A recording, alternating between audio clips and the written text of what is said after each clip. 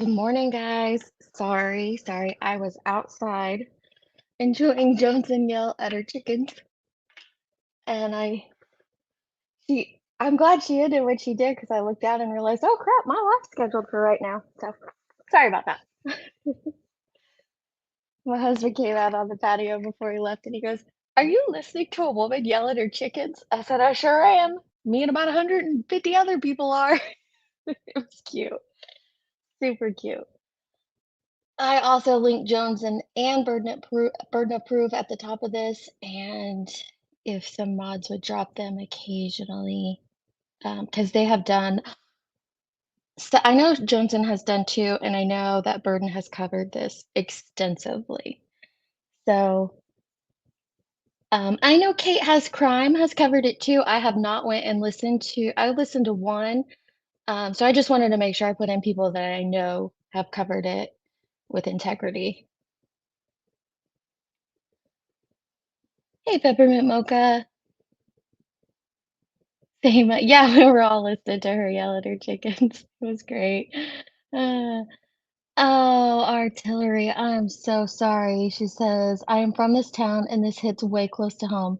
My kids went to school with those girls. Artillery, I am so sorry. I know your community it has to be just devastated right now. Complete mourning. I, we send our love to you and your whole town. Morning, Jenny. Morning, Georgia Beach. I don't know if it's same or Osama. Either way, I agree completely. This story makes me so angry. And I'm going to say something that I very rarely say. Very rarely. If you are friends with me on here, you know how much I support law enforcement. I completely support law enforcement, and not just in a way of saying, oh, I back the blue, and then end up blaming them for things every case, right? No, I typically support them 110%. However, I feel like local law enforcement and even the OSBI have dropped the ball on this case, or did. I hope they're changing things around, turning it around, but let me tell you, I think they were dropping the ball. Triggered Toads, you don't know this case? It's horrific. It's just horrific. Good morning, Grain. Artillery said, "It's upsetting and so sad and confusing as to." Yes, yes. I bet you are all feeling that. Hey, Tracy. I know a lot of people don't, and I don't get notifications on a lot of creators too. I have to unsub, resub all the time. It's annoying. Morning headstones.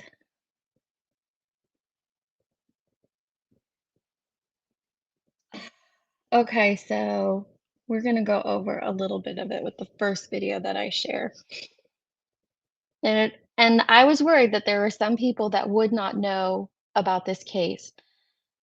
So today I specifically want to talk about the walkthrough that happened, and if you know about the case, you'll know about the walkthrough and the drop ball and all of that. But um, I figured there would be some people that don't know this case like the rest of us do. So this first video is from a local place, a local affiliate, and they kind of cover it. They go through a little bit of the timeline, so it gives you a great little grasp right before we see the House of Horrors. Oof. Where'd it go? Nobody prepared for what was inside or the potential evidence missed by investigators. There we go. It wouldn't let me make it bigger without playing it. I don't know what's going on here.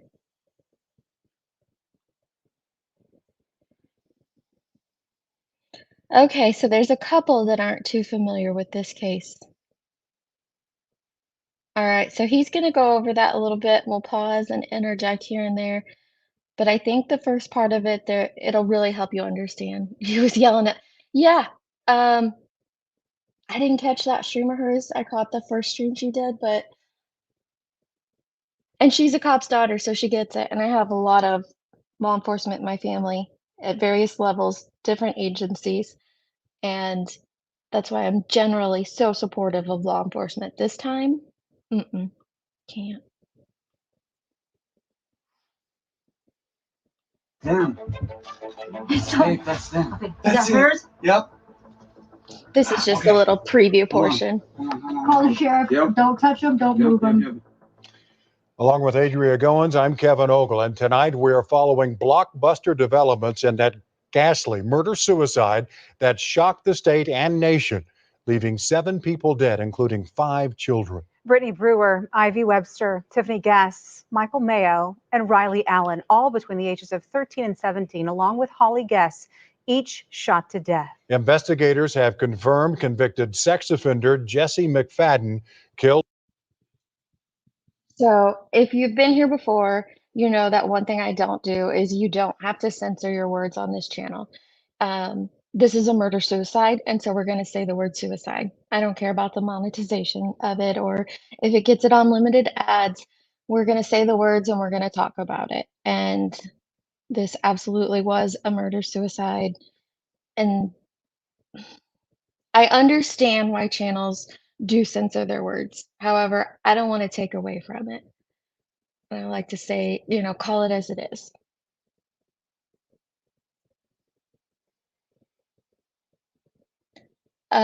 Tracy, I think they did.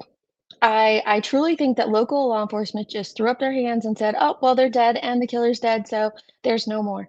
But that's not how it should be. Not how it should be at all. I've shared our story before of our murder suicide and how that investigation lasted a year, even though it was very cut and dry. Um, they're supposed to do a thorough investigation. Even within, our own situation, they absolutely took all computers, all cell phones, all sorts of things from the house, and like I said, it was completely cut and dry on what ours was in that situation. This, where people different families, not just, he didn't just murder his own family, there was 2 other girls added to that. Their families deserve answers. They should have taken so much evidence to find those answers, and then as you'll find out, there's the potential of other victims, not necessarily murders, but other girls that he could have contacted and such. And so I am just baffled as to why they did not take as much evidence as possible. Get back into it. Killed those 6 victims than himself. Earlier this week, law enforcement released the home where the murders occurred, giving him back to the property owner. And as of Tuesday afternoon, there was no longer an active investigation at this location. In an effort to figure out what led up to this horrific murder-suicide, the families of the victims have launched their own search for answers. The parents of teenager Ivy Webster wanted to go through the crime scene, hoping they could find something that would explain what happened. Once the crime tape was removed from the home and the scene released by. So I will say that I've seen a lot of people saying, "Oh my gosh, I can't believe they released the scene so fast." Well, I think those are people that have probably only seen the Idaho 4 case, maybe, and don't realize how quickly investigators can go through a scene. Now, I agree that they didn't go through this scene, and so that is frustrating. But had they done a thorough investigation of the scene, it could have been released within a day or two. So that is normal. But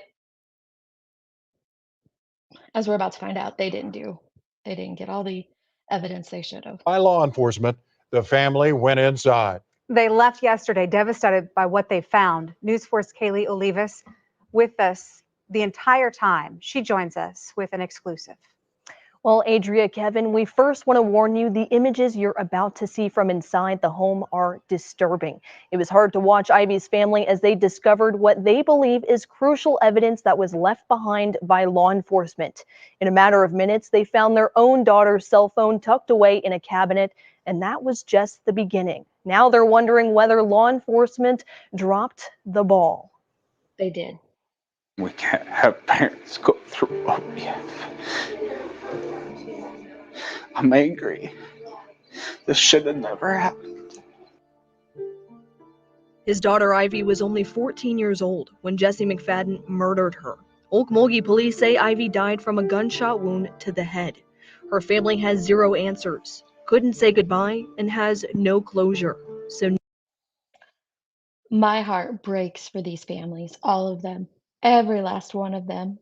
And I am so proud of these two fathers that are standing up and trying to speak out for their girls and get justice for them. But not just justice, but because the perpetrator is dead, but they want answers and they want to know why. Because this is a little more complicated than just a murder suicide, isn't it? There's the fact that I think some people are confused on him being released early. He was not released early. He served his full sentence, and I can explain that later. However, he shouldn't have been released, period, because of the new charges that were coming towards him. And that's where another aspect where the ball was dropped, in my opinion. now they're looking for it. I feel that my daughter, even right now, is standing behind me, telling me, "Dad, keep going, keep doing this." Phone or phone case. Thursday afternoon, News 4 was invited by Webster and his family to take a closer look at where his daughter took her last breath. Behind these walls, the family found sex and bondage devices. In one of the bedrooms were restraints bolted into the bed frame. There was also a shelf filled with books about witchcraft. 10 feet away in the kitchen, another restraint with chains and locks still attached. Although there were reportedly 4 bodies found in this home, we didn't see any bloodstains, no blood. So I don't know why they say that. They're a local news affiliate, and they said they're, reported 4 bodies found in this home. They would have known by then that all the bodies were outside. So I'm not sure why they said that, if it's just a mistake, if they know something we don't know. I'm not sure there.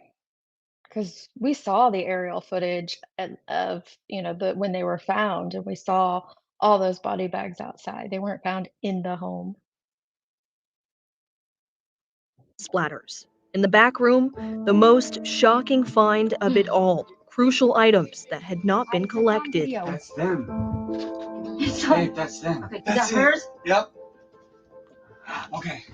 Hold on. Call the sheriff. Yep. Don't touch them. Don't move them. Ivy Webster's cell phone was tucked away in a laundry room cabinet, along with 2 other cell phones and 2 laptops. In the same room, syringes, what appears to be drug residue, and various items the family believes was used to torture their daughter before she was murdered. None of it collected by law enforcement until this family called the Okmulgee County Sheriff's Office and asked them to come back to the home and retrieve these items. Now, there's another video, the one that News Nation originally put out, that has it without the commentary from the reporter. And we're going to go through that one too, because there's a little piece in there that I feel like it might be important. And I hope it's what OSBI is picking up on now.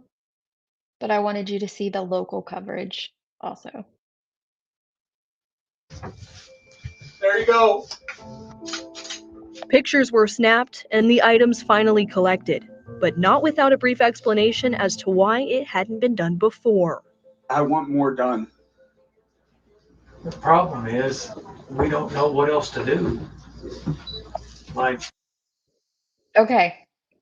When I first saw this, I got very angry at this man, as I'm sure a lot of you have, or will if you haven't seen it. However, I had to remind myself, he's just a guy that comes and collects evidence. It's higher ups that should have been in charge, that should have done more. But yeah, you're gonna get angry with him. I just noticed that hole right there in the door. I don't know if you guys see that, like fist punch to it or something.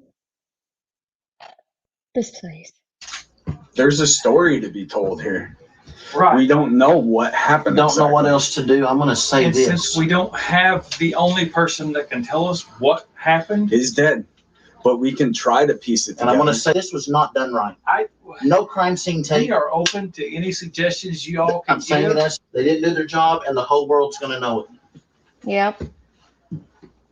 But what would this accomplish? What would it accomplish? Answers. Answers is a big one. This family deserves to know why this happened to their daughters. The extended family deserves to know why it happened to their daughters and grandchildren. Like I said, I got, really angry at this guy at first. I'm a grieving parent that my daughter got raped and murdered, and you're telling me right now that I don't have a right to know what happened? The story's right here. It's right here. And it's still sitting here. Still! Disgusted with the investigation into his daughter. I have to say that guy had some amazing self-control to be able to walk away after the other clip that I'm gonna show you has more of their conversation. And if you have an investigator, even if it's just a crime scene analyst saying these things to you, you know, what more can we do? What would you have us do? And that's all he said to them. I think he had some amazing self-control there. Murder, he only saw more uncollected evidence on his walkout. Another phone in the top drawer of a nightstand, several computer towers, and a check made out to a local storage company still sitting in plain sight. I'm upset, healing, trying to heal, still confused, still a lot of answers that need to be given. We've spent the day trying to find out why the cell phones, why the laptops, and why the other evidence was left behind. We were told by a sheriff's investigator in Okmulgee County that they were only responsible for searching the property, not the house. He said the house was the sole responsibility of the OSBI, but the OSBI confirms its investigators were in the house. But they tell us those investigators were only providing assistance to the Okmulgee Police Department. Today, neither the Okmulgee Police Department nor the Sheriff's Office nor the DA's office would comment on our story. The OSBI did issue a statement saying they will continue to support and assist our law enforcement partners and grieve with the families of this horrible event. The investigation is still ongoing. And we Yeah. know I don't know about y'all, but that sounds like a lot of passing the buck. Just, oh, well, it was this guy's job. No, it was this department's job, that department's job. Y'all are just passing the buck.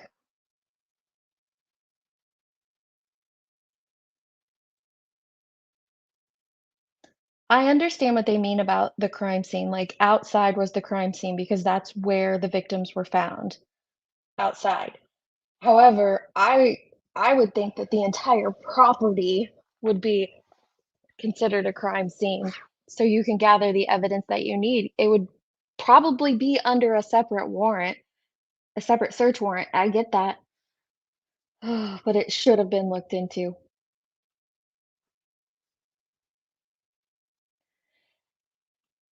We're gonna get into that. The OSBI has completely taken over the investigation now, which I'm hoping is good news, but you heard there where they kind of passed the buck to. Oh, artillery saying the OSBI is a joke. Ugh, that's not good.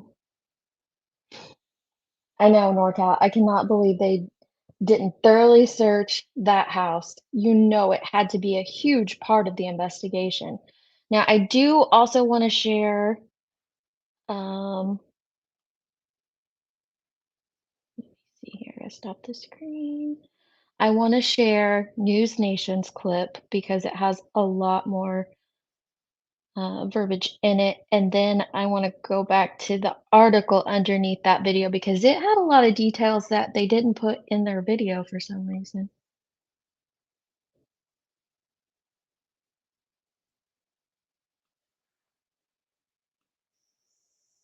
I just want to give you this warning.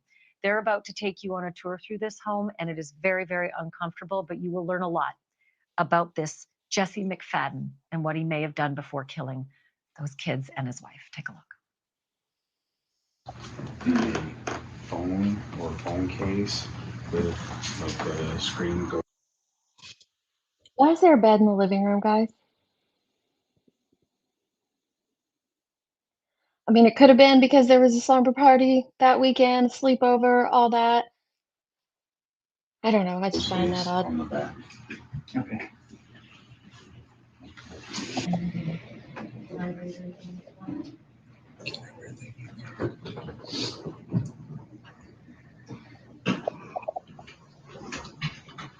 They didn't take any of this. Now, also, before this family, now this is Ivy's family, Ivy Webster's family came because they just wanted to see inside the house. This dad, like I said, he's just searching for answers anywhere. But this is after Holly's family, the wife, had already gone through the house, supposedly, and already taken things out. So they're the second set of people to enter this crime scene. Look at, I don't know what they took. I don't know what the previous family took. I saw them leaving with stacks of paperwork, but there could have been so much more. And now, of course, this is all contaminated. Yeah, those are Tiffany skates. Tiffany's bad print is the cow print. And the cow slippers over here. Smells. So Tiffany was their 15-year-old daughter. And these people are saying that Tiffany's, sorry, my daughter sent me a message.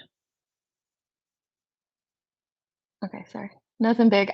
I'm always like, nope, what's she need? Because I just got to make sure. Okay. They mentioned here that Tiffany's bed print was the cow print. So this is the 15-year-old daughter's bedroom, or at least her bedding. And then you can't see it because they got their banner covering up, but you know what was on that bed. You guys saw it in the other video. And then to see the Slippers over here. Smells. that board with the bolts and the chains and the locks right behind this bed. This is too much, y'all. And I gotta tread lightly with this. I know that there are a lot of family members who are defending Holly, the wife, and saying, you know, all these great things about her. And I know you don't like to speak ill of the dead. But how could how could a wife not know about this? Does Was it recently installed? I mean, what is going on here? Truly. I have questions. Inner witch. Oh my God. What?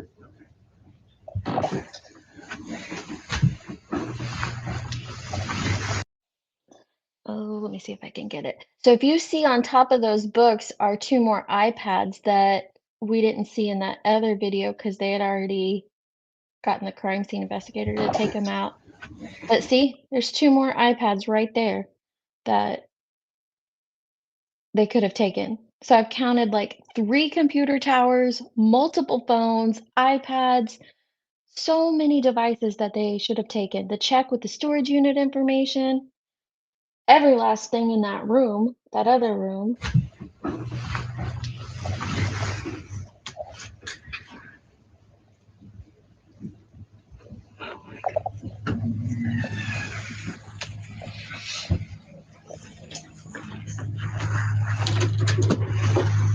On the floor over there.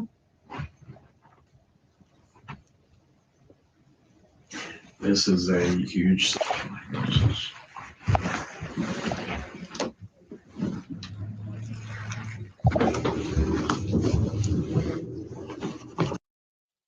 That's on the kitchen table. This lock and bolt and chain and all that is on the kitchen, or not table, sorry, kitchen counter.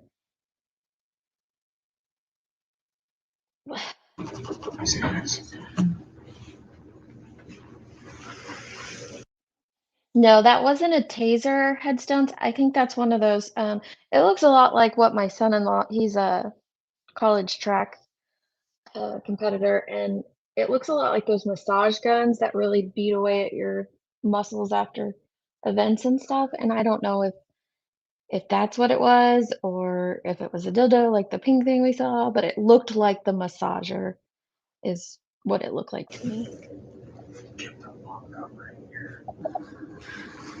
Look at this. Just take in the condition of this home. And then like that's an alcoholic mixer, and like I said, I got goosebumps. This is the room. Do you remember when they said that they were making Riley sleep on their bedroom floor?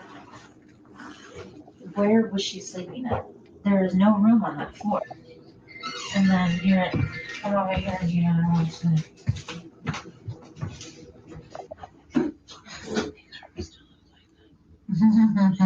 Give me something to grab. Take a picture. Take pictures. So this is when he finds his daughter's cell phone. It's very emotional for him. Give me something to grab. Take a picture. Take pictures. It's on video. That's them. It's on. Hey, that's them. Okay. Use this sack. Don't be locked there. No, those No, locks? that's evidence too. So is those You drugs. just want those. Is That's that it. hers? Yep. Okay. Hold on. Call the sheriff. Yep. Don't touch them. Don't move them. Let's back out. That's good. Okay. I'm Call the calling. chief. I'm calling. Smokey. Are you done looking? No. No. I'm not done looking, but that's evidence. Okay. He used our daughter's cell phone. And whatever's behind that. Yep. Okay. And they're not concerned about looking. I'm gonna drop the link for Jones in. Yeah, so right there he says, that's his daughter's cell phone.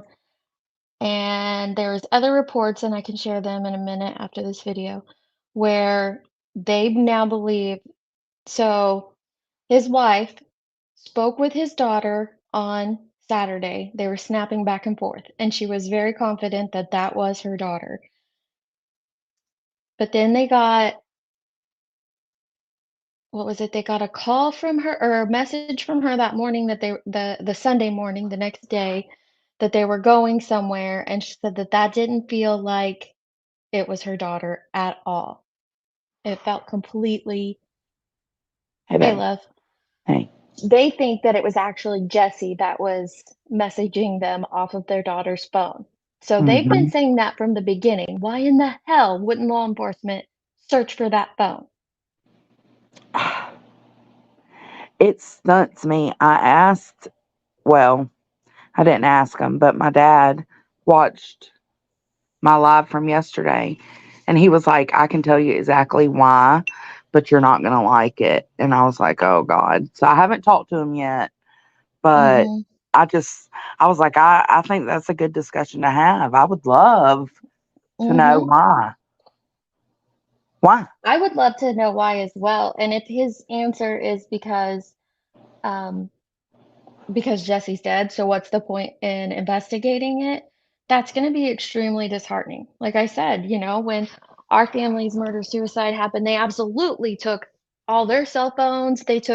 Actually, my brother-in-law's cell phone was left in the house. They had to collect that, and he didn't get it back for a whole year. So I'm dumbfounded as to why this huge mass murder-suicide, all this evidence wasn't collected. I agree. And I think that could be what he's going to say. And that just goes to show the training of a lot of the law enforcement officers is they think, well, okay, if all of them are gone, what is there to investigate?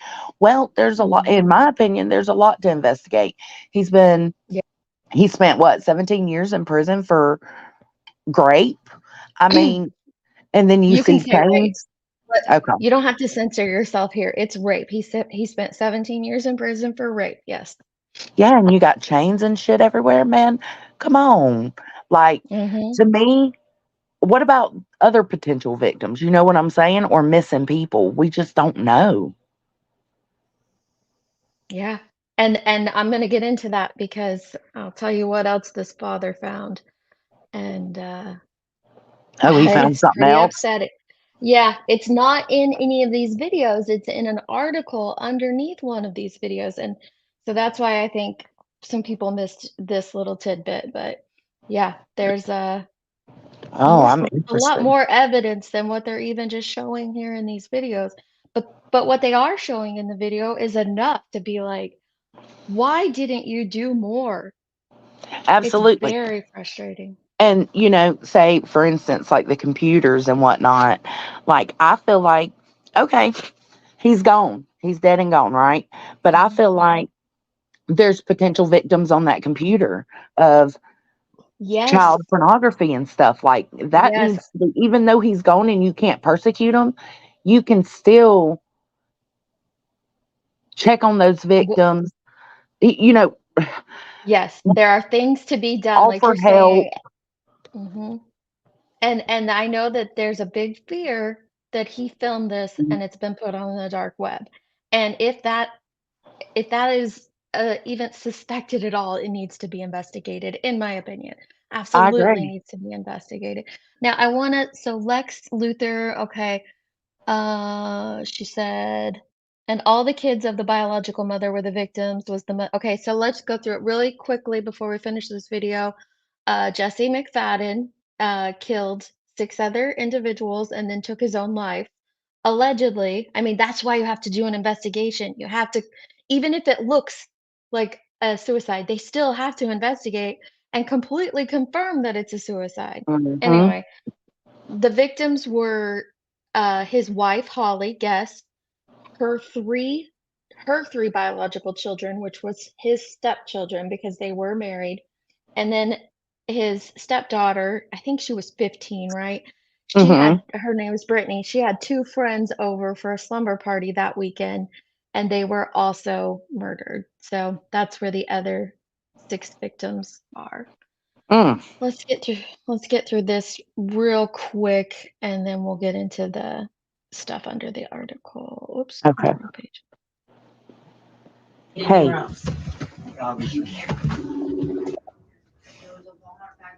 This house needs to be stripped. Oh my God. That doesn't look like a first time thing, does it, Jones? And like, No, absolutely not. I don't do those things, but that to me, that does not look like something that's just there for the very first time this weekend. No, I feel like these people were probably, I don't know about the drug part, but I even feel like, and it's not to put shame on the victim, but I feel like No. Holly was involved a little bit, not necessarily with the kids, but with his sadistic shit. You know what I'm saying? Does that make Sure, I sense? guess it does make sense. Like she knew he was kind of freaky. I mean, some people are into handcuffs and all that stuff, Absolutely. and that's fine if you are. Nobody's downing anyone for doing that. So maybe she was aware of that, but like, get your freak on, girl. But I can't imagine these kids living in this house. Like, does your kids, well, when your kids were young, did they constantly come in your room? Oh, they still come in my room now. What are you talking Okay. about? They've So, moved out and moved on. They still come into my room now. you know them damn kids. Did you hear them say that the cow print was Ivy's bedding? Yeah, was that her bedroom or their bedroom? I think it was their bedroom.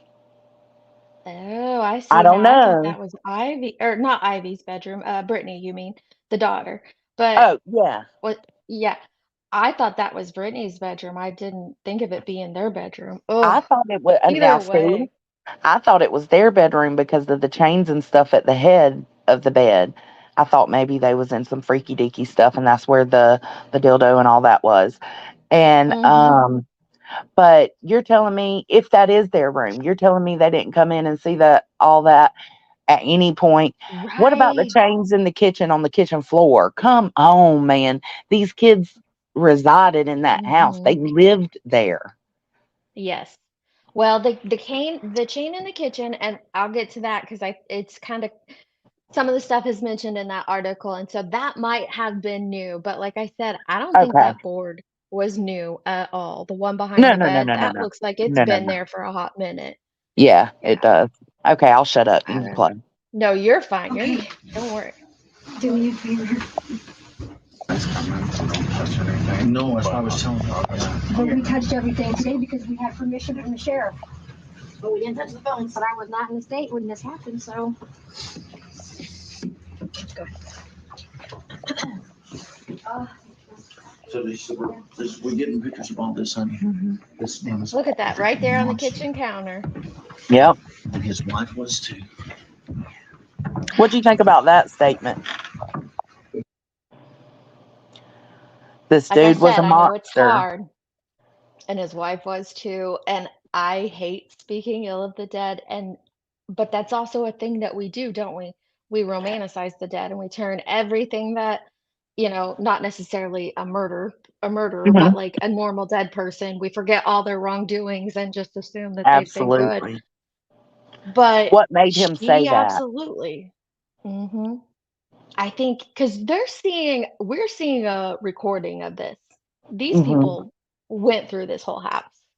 There is probably a lot more than they're sharing and that we're seeing on these videos for him to say that, in my opinion.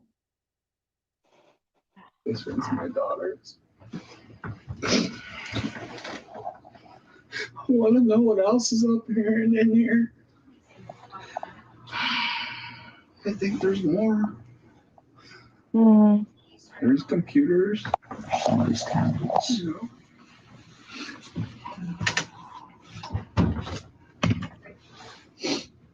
Well, did you notice the ring? The ring? See that ring? The wedding ring right there. Oh, I thought you were saying camera. God, that would have been great. Is this on video?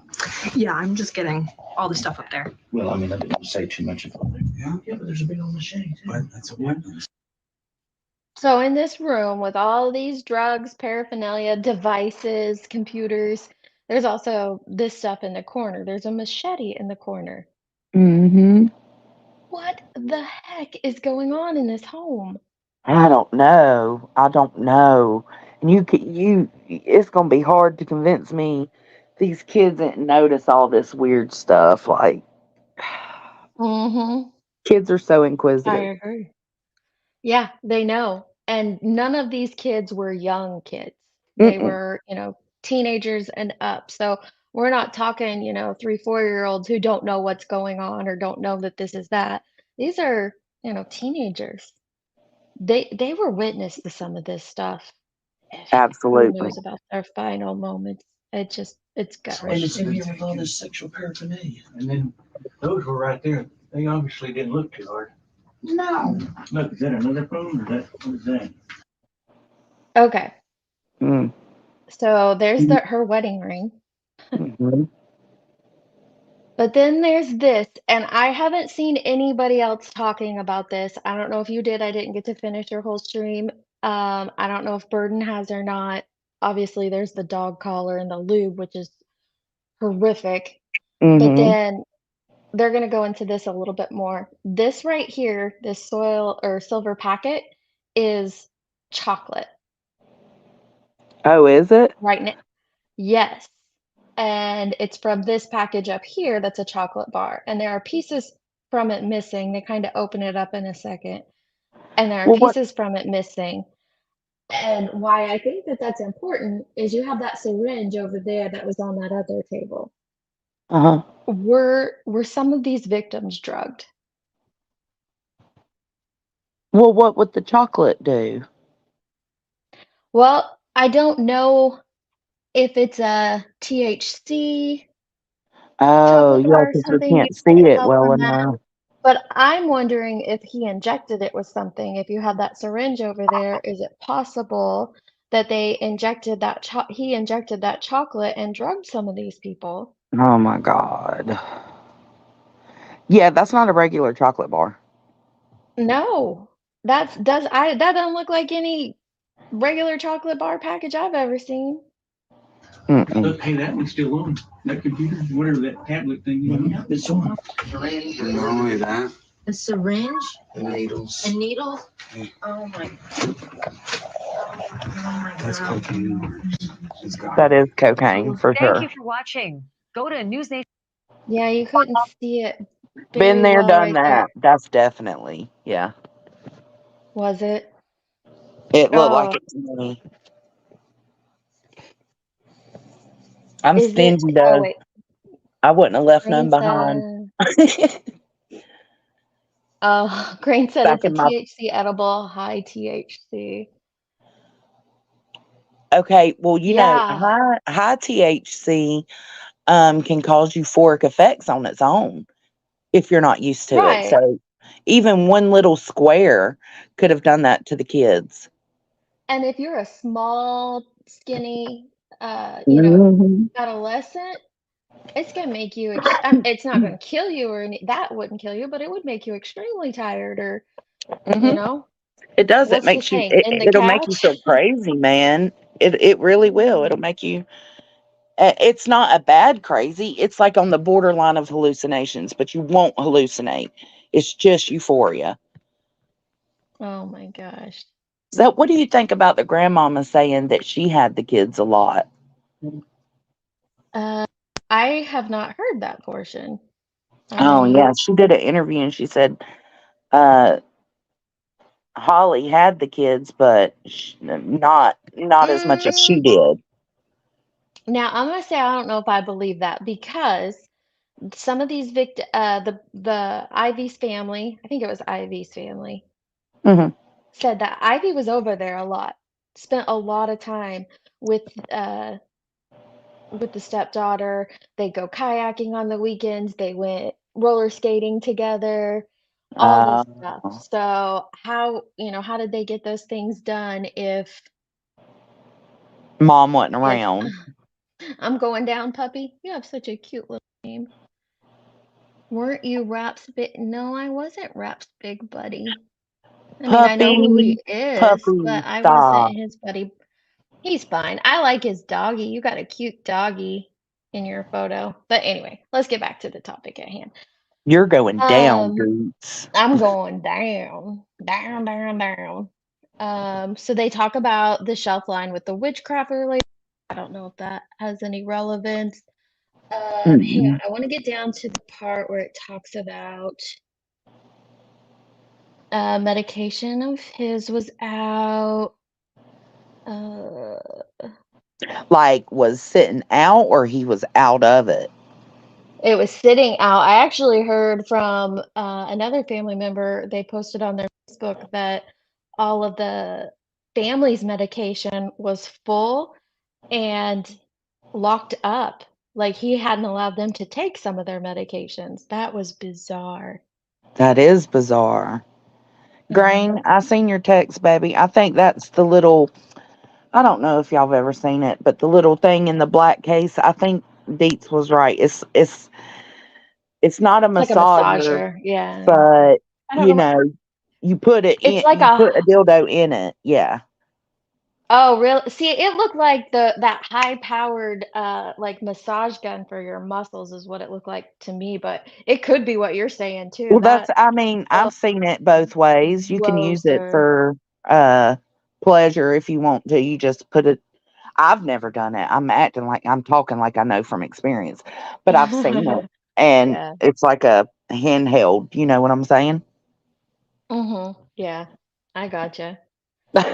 Guys, just ignore the troll. The mods know if he gets too crazy or gets extremely threatening, they'll get rid of him, but he can troll on. Nobody's worried about Well, you especially said not worried about some dude named Puppy. Come on. stab all over your body, you said. Oh man. Whew. Okay. Go ahead. So this is where they the investigator was talking to Justin about uh there's a story here, he says, right? We don't know what happened. The only person that can tell us is dead, yada yada yada. Hmm. I want to get to the bottom of this.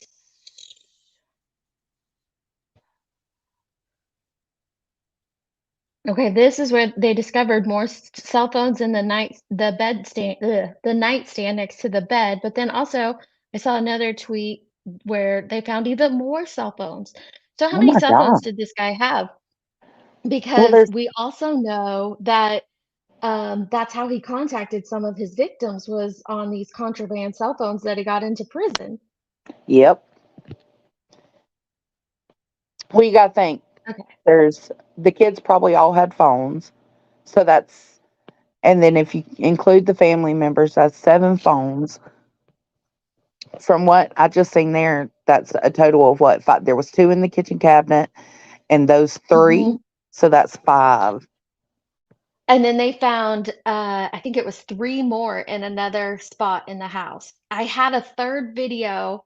I was gonna do this live last night, but then ended up going live about summer, so I had to pull back up all these things. I had a third video, I can't find it now, that showed just a it's because all these, news agencies have different clips of the same video. And there's Yep. a third one that showed where they're standing in like a pantry closet or something that has a bunch of shelves on it, and they found a couple more there. Oh my So God. I So that's found 8 that, so far. yeah, more cell phones. But here's this part. So News 4 spoke with Justin again Friday night. So this is the next night, or it's either later, no, it was the next night. And he said he returned to McFadden's home only to uncover more evidence. He said he found a receipt for the padlocks attached to the restraints, showing McFadden purchased them a couple days before the murder-suicide. So those are new, the padlocks are. The padlocks, not, but not the chains, just the padlocks. It's, well, yeah, he said he just found, and he also found the padlock packaging. Okay. So at least just the padlocks are new. That doesn't mean he could have been replacing padlocks, maybe. I don't know. Jesus. But this is what a victim's father is finding days later. Mm. Days later. And he said he also, and then this is the big one, he also found a list of names plus their date of birth. The Webster family believes this list contains victims' names. Oh my God. Why was that not gone? I mean, that's huge.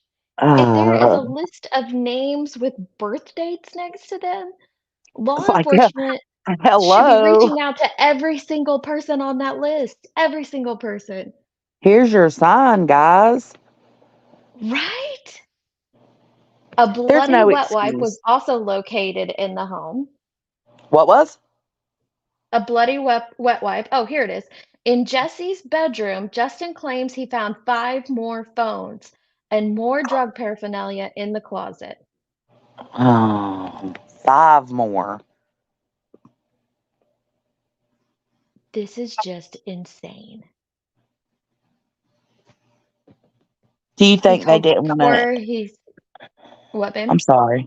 Do you think they Oh. didn't want to investigate this to the means necessary? Because if it is more victims on that list, if there is more DNA, if any of those victims are missing, do you think that they don't want to go over that because it'll show their failure? Yeah. Oh, I absolutely do. I absolutely think I think that law enforcement is being extremely lazy. They're not doing their due diligence, and I think that they I don't want to say sweep it under the rug, but I think that they're hoping that the national attention on it will go away quickly. That's just Well, my opinion. And if you know me, I don't say that lightly at all about law enforcement. I just don't. no. I know that's what I'm saying. I understand the mindset of he's gone, let it be. But then because cops get burnt out too. I get it. It's a pride thing, possibly. I just I get it on their side. I speak that for my daddy. I do get it on that side, but I can't rock with this. This is I know. That's what I'm saying. And I especially support rural law enforcement because they're oftentimes, in 10 different hats doing the job of, multiple yes. officers at one time. So I totally support them. But this isn't There's more good. to This this is than bad. just that. Yeah, there's more to this than being burnt out. I think this is more of the Mm-hmm. pride thing. We let this motherfucker out. I'm sorry, Deets. We let this dude out, and now this has Anytime. happened. Why did it take 7 years to even bring him to court. I don't understand it. I don't either. They You he go should ahead. have been brought to court a lot faster, and that's, even his ex-cellmate showed proof on Facebook where he had reached out to this county's sheriff's department and talked to them about McFadden, saying, "Hey, he's been released, and I noticed he's living in this area." Yep. And allegedly, he's Holly's ex-boyfriend, which is another mind-blowing twist. But it also a lot of this leads me to question, and again, I hate throwing some of these theories and questions out there, but I gotta ask this. Did she Were have there it bad? other adult males involved? Mm, Not necessarily in the murder-suicide, but in things prior to that. Is there the possibility of that? mm. There is You know what I mean? absolutely a possibility. Everything's possible right now. Hmm. You can go ahead And and we read. we heard from the news conference that sheriff said the Holly and her two kids that were next to her and him, those three individuals look staged. Remember that? Yeah, When that sheriff. Yep. like they were lined up Hmm. next to each other's Yep. perfectly or something. Yep. And so Mm, that's why if they're telling us that those three look staged, now we don't know what he looked like, so it might be completely obvious that it was a suicide, but I am just furious that they did not diligence, they did not go in and retrieve all the evidence, do everything that they should be to make sure that that's what it was, and it mm-mm. wasn't something else. I just And feel like then, there's no excuse. This is just complete, I don't know the word, negligence. yeah, it feels like that. Yes, grain. This is one that Bullhorn Betty could do some good work on. She absolutely. This is a Hmm. case right here where you should be out there protesting and advocating for these victims. Oh, I should we agree. email her? Yeah, get your bullhorn out there, girl, because that's where you are needed. Oh, Man. I'm gonna go make a And cup of coffee. all right, you're fine. So it also that the Webster family has already been given Ivy's phone back. So they've already taken whatever evidence they think they need off of it. That's it. It's already back.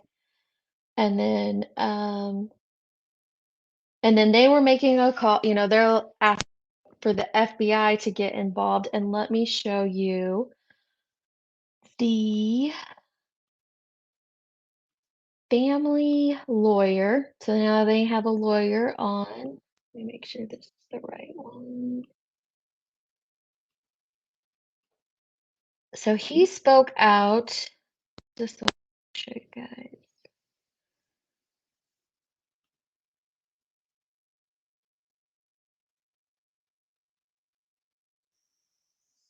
This isn't the one I wanted to share. Hang on, Twitter sometimes it's hard to stay in the right spot on Twitter sometimes. Uh,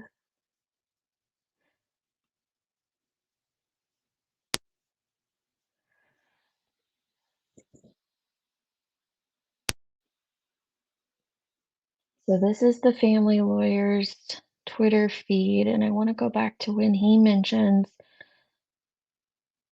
that that they believe their daughter was raped. And That's one of the things I was gonna ask you about. Did you notice that when he said that? yep. Well, there's an article where he was said that he heard all about this from the sheriff about, his daughter was found. And then I guess later that night, the sheriff came out, told him, his wife, and his mother, so the daughter's grandmother, that she was raped. Now, have said that they're still investigating that, but okay, here it is. So, like I Yeah, said, I sorry, caught it sometimes too when he Twitter said it. can I was be. like, he just, because they hadn't come out with much information about rape or not. And I was like, well, Mm-hmm. Ivy's daddy just told us. Mm-hmm. He did. He sure Oh did. God. But so here's the lawyer, and he shared this on May 4th, so 3 days ago. He said, as the attorney for the family of Ivy Webster, deceased, I'm brokenhearted to have to release the statement contained within this breaking news. The Oklahoman broke the news that they may have been raped. And then he goes on to say, for those who hit a paywall, here is my statement in 3 parts. Because you have to subscribe Okay. to the Oklahoman to read it, which I have, so we Yeah. can look at it if we need to. But it says for the family of Ivy Webster were shocked to discover that computers and cell phones had not been seized by law enforcement when they viewed the inside of this house of horrors. No words can express this family's fear that the sexual assault of their baby girl has been placed on the dark web. And that is my fear as well. And then the last part, he says, we demand that law enforcement seize all electronic devices and hunt down all sexual predators who have witnessed the suffering of Ivy Webster. And that's a valid fear. I absolutely wondered. I mean, because if you plan on taking everybody out and yourself, what's to say you ain't gonna do some messed up shit like that Right? and record it and download it and share it? I mean, Especially when you have all of these computers and maybe there's other things there that they didn't show in that video that leads them to believe it was recorded, right? mm-hmm. We don't know. So this is the other thread, the next thread of his I wanted to read. This was just 21 hours ago. So they did confirm, he says, as an attorney for the Ivy Webster family, I have received confirmation that the investigation involving the contents within the house and the forensic investigation of all electronic devices discovered by the family has been turned back over to OSBI. So at least it's not just, that county I wouldn't even want to turn level it over level. to them, Deets. Well, it's higher up than the sheriff's department, but I agree. I wish the FBI was on it, but Right, right. I look forward to working with the OSBI as I have on behalf of my clients in my cases involving abusers and predators in these school districts. And he says, on behalf of the Ivy Webster family, we express our deep thanks for the work of all media outlets who revealed the evidence within the House of Horrors that has not been seized and secured by law enforcement. Thank you to K4 and their intrepid reporter for revealing the cavalier attitude of local law enforcement. And the story last night was the breaking point that brought the OSBI back into the picture. Thank you to the Oklahoma man for releasing the one about they might have been raped. And then it says, I want to thank all my clients, Justin Weber, Ashley Webb, or not Weber, Webster, and Shannon Boykin, that's the grandma, and never giving up on the fight. And then they were also doing, they're talking about her funeral services. Because at first, Justin, her dad said, I don't know if I'm going to bury her. Like, he just didn't know what he was going to do. It was so heartbreaking. And then there's one more thing from this. So that happened just yesterday. So it took 2 days of social media and local media to blast this law enforcement for the OSBI to get back involved. That is insane. Even though they're all deceased, I feel like the FBI should step in when it comes to the possibility of child pornography or other victims in that sense. Like, Yes. come on, You would FBI. Yeah, you would think they'd want to be involved. There's the potential for a ring here, in my opinion. And I'm nobody. We're nobodies. But you've Yeah. got anybody with half a brain in law enforcement has to see there's the potential for something deeper here, and it should be thoroughly investigated. And you know damn well he didn't run with a group of good people, good citizens. It just didn't happen. He was a little Right? thug. So Well, I'm he just was saying. messaging girls on TikTok. He was messaging them on Instagram. He was messaging underage girls on Mm. Facebook. Why was none of that? Why? I hope they're investigating it. I truly do. But you would think that those cell phones found on the property would be very, very important to this case. They are. Yeah. They Here, are. Here, the lawyer says that they are currently interviewing each member of the Webster family after the memorial service of Ivy, which, by the way, rude, but at least they're doing it to give them comfort and assure that nothing has been missed. OSBI is doing that.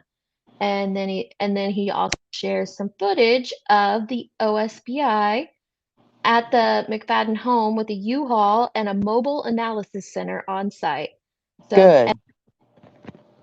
there, or multiple agents there. So they're finally getting.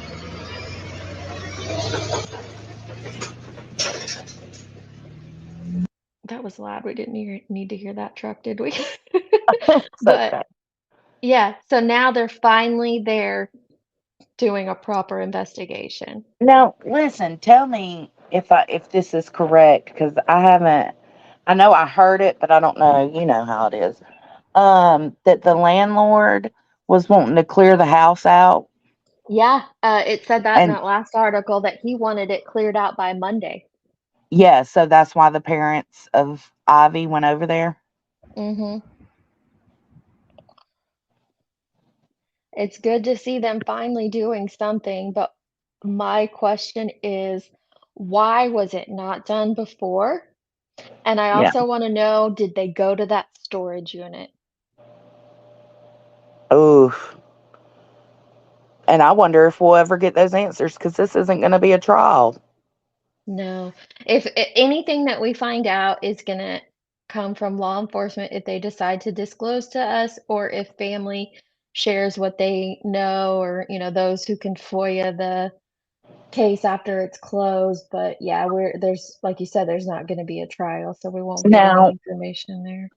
my other question, Deets, that I've been having a hard time understanding is if the girls were supposed to be home Sunday, when they weren't home, why didn't the parents go to this house and be like, what the fuck? Where's my kid? Or did they go to the house and see that nobody was home and then put out a report of filed missing persons on Monday morning? Because it was like 5 hours later that they found them. So the mother said that she got the messages that she believed were her daughter Saturday night. And then Sunday morning, she got a message that they were headed to the ranch in McAllister. Now, that was something that they had done prior, this daughter and the McFadden family. So she was okay with that. They'd gone to this ranch prior and done things out there. So that seemed normal, not out of the blue. And she was supposed to be home by 5. I agree with you. Why was it not reported? My kid says she's gonna be home at 5. Now, that's okay, so that's when they got the text message that they were running late, and they don't believe that that was from her daughter. She believes that that was actually from Jesse. But still, my kid's not Yeah. home, an hour, 2 after a missed time frame. I'm gonna be out there and they only live like a mile away. Now, Really? I'm not placing any blame on them, so don't get that misconstrued. I'm just curious as to, did you Same. just believe, "Oh, you're with friends that we trust, so she's good?" I'm very curious as to I why don't that know. wasn't. By 12 o'clock Sunday, my ass would have been out there. Yeah. You know what I'm saying? Because let's say Sunday, they were supposed to be home at 5. Honestly, even if they were running late, okay, let's say 10 o'clock. If they ain't home by 10 o'clock or she isn't home by 10 o'clock and nobody's answering me, then I'm going to take my ass out there and we finna figure out what's going on, because there might be some ass whoopings need to be given.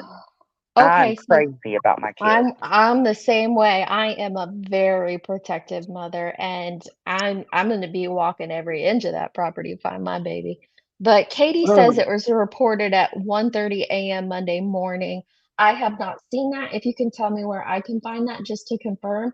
If that's true, okay, that makes sense. She waited around a little bit and then decided, yeah, I can't find my kid. If it was reported in the early morning, like after midnight, that makes sense why it was Monday instead of yeah, Sunday. absolutely. And when he failed to appear for court is when, oh, look, Dad found his way over here. When he failed to appear for Uh, court is when they went out there. Papa Johnson is here. Yes, Yeah. it You're right, Mr. Jones. It is. It is about it's gonna be thoroughly searched for other victims, and but I don't know that there's other victims on the property.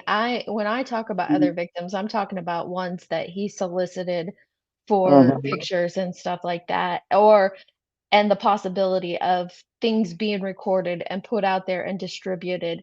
And that's where there can be a thorough investigation and justice done, right? Because if there are other individuals that received this footage, if there was a footage, I should say, but if there are Mhm. others that received anything from this man, they can be prosecuted. Absolutely. Yeah, I feel like this is, and it's all speculation, but I feel like it's Mhm. very possible that more people are involved in this, even if they didn't realize it. You know what I'm saying? Like, you can't, if you're receiving kitty porn, Right. if you're receiving that, but maybe they didn't know that they were being killed. You know what I'm saying? So now they're probably like Mhm. wiping all the servers and shit. Like, mm, Okay, so headstones and headlines, you bring up a very good question. I wasn't going to mention that because I'm still investigating and I like to do my due diligence when I do research and find out. But what I did hear, and that's why I want to track it back to actual records and not just rumor, is that it was the landlord's the brother. The landlord of the property was his brother now, or another family whoa. member. Now I could be completely wrong, and that's why I want to investigate it more. But I have heard that the landlord is a relative of McFadden, and Are you kidding me? If it was the that's brother, the brother was arrested or hold up. no, one brother is gone, you're right. So one of McFadden's brothers was arrested for what was that? He was arrested for something else and then he committed suicide. Oh, Um, did he? yeah. Well, he kept like a girl in a cage or something like that, from what Yeah, I read. I read that as well. Hmm. But that's why I said I have heard the rumor that that family owned the property that was rented out to McFadden, but I need to do my due diligence before I can say that definitively. Mm-hmm.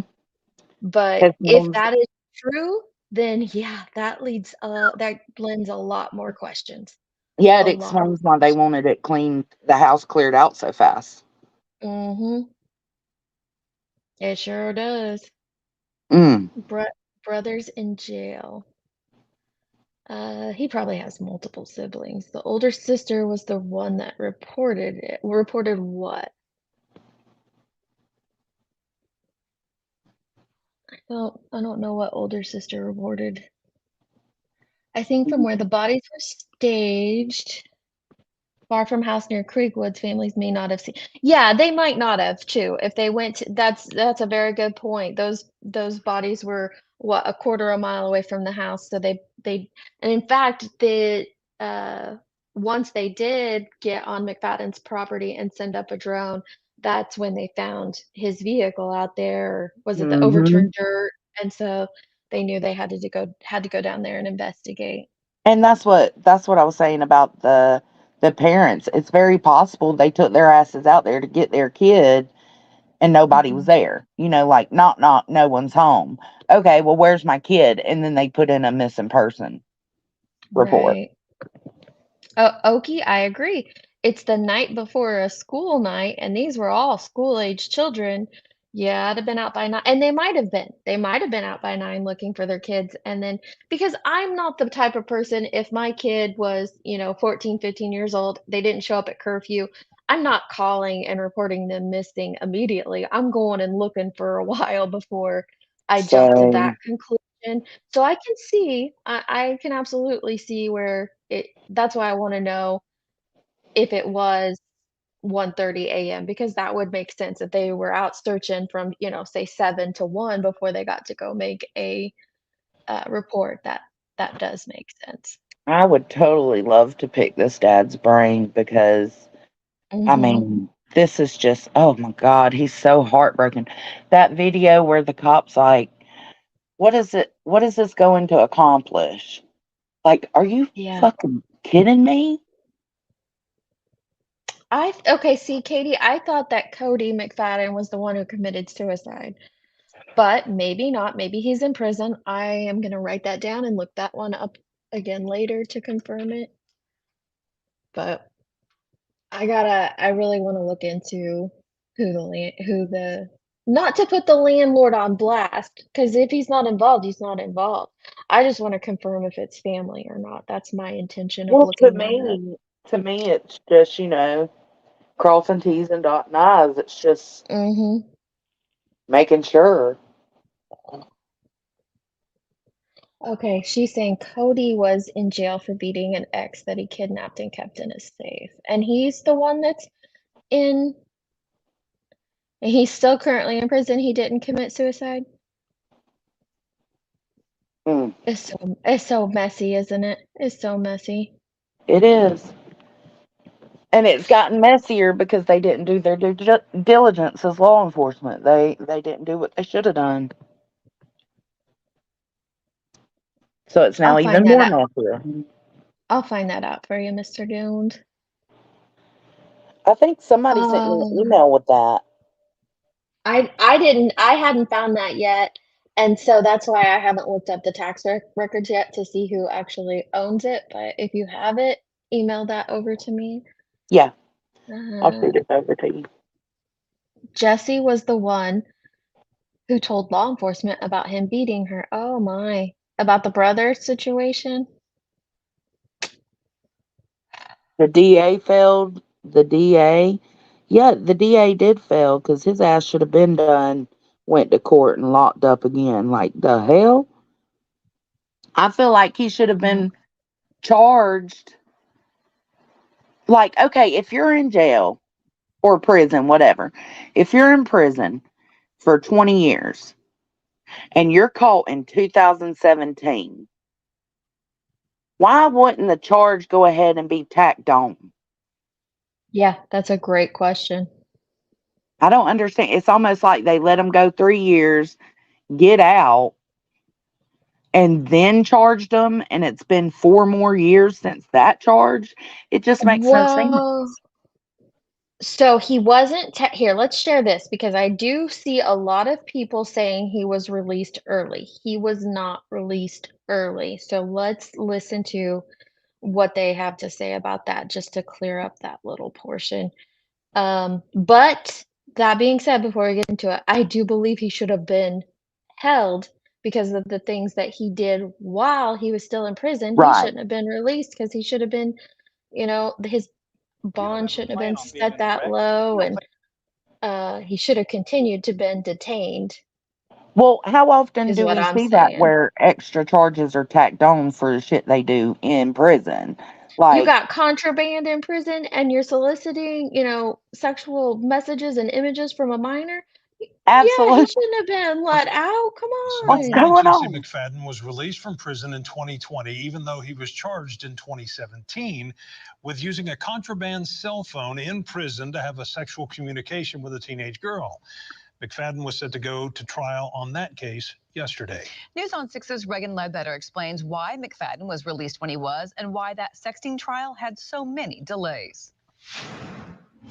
Jesse McFadden was set to go to trial on Monday morning for sending nude photos and having sexual conversations with a minor. Do you guys have feedback? I hear feedback. I don't know if it's just me and my headphones or if the I chat didn't hear hears no it as well. feedback. Okay, as long as there's no feedback, I just want to make sure because I'm okay with me having it. I just want to make sure everybody else can hear clearly. Using a contraband cell phone while McFadden was still in prison, but McFadden never showed up to court. Once we knew that he had failed to appear and the Amber Alert had been issued, I was in immediate contact with my victim and informing her so she could take whatever precautions she needed to take. Muskogee County District Attorney Larry Edwards says he had McFadden's case ready to go Sunday night and was ready to start trial, but says McFadden started messaging the victim in the case using a false name, then sent a selfie of himself to the victim. In looking back at those texts, Is that All so? right. That picture I've got seems kind of accurate Yep. so far. I think that pig and I've seen ever since you sent that to me and I was like, "Well, we hadn't seen it out there much yet." I have seen it in 3 or 4 more articles since then, so I believe that that is a true picture of those text messages, and if you'll notice, It's from it Holly's says, it's Facebook. from Holly. Yeah, so Yep. he used Holly's account to message this victim the night before. Oh my It's God. insane. Hey, I saw you down there. Okay. Oh, Kate Does Crime has the original victim and last victim on panel. I've heard she has. I need to get over there and listen to her streams. I've heard she's had a lot of people up on her panel and talking, so that's good. Yeah. Messages. She did send me those. They're tragic. Let's just say that. They're tragic. And he more or less blames her for what he did. And that's the part I really have a hard problem with because she didn't do anything wrong. McFadden was convicted of rape in 2003 in Pittsburgh County and sentenced to 20 years in prison. He was released after serving just under 17 years in 2020 because of the way DOC calculates time. Prisoners on different levels can get different credits, like credits for good behavior, having a job while in prison, taking classes, and other things. It was an 85% crime, so he definitely was never going to get out before he served that. But through his programs that he took and the level that he was a level 4, which means he obtains credits at like 45 days per month. DOC says So he was Screw all only that. ever going so he was only ever going to serve 80%, 85% of the time initially. So that he did serve that full time. And I don't know about Oklahoma. Here in Illinois, our prisons are so overcrowded that most crimes, even horrific ones like, the violent rape that he did, you you get like a day and every day equates to a day and a half because they're Yeah. overcrowded. It's like a point system. And I Yeah. understand that. It gives them the ability to do better and to show that, they can be productive citizens to Right. society. I 100% agree with that. But in this case, I'm sorry, but fuck that point system because as soon as he Uh-huh. did what he did in 2017, that should have wiped his shit clean. He should have been That's down to 0 points. that's what I am saying. How did he maintain his level 4 status when he was also being charged with solicitation of a minor by online means? How did he maintain his good behavior, his good points while that was happening? Ended up with a contraband cell phone in jail, in prison, and still maintained that good point status? How? Mm, It's frustrating. That's an Oklahoma State problem in my opinion. I Like agree.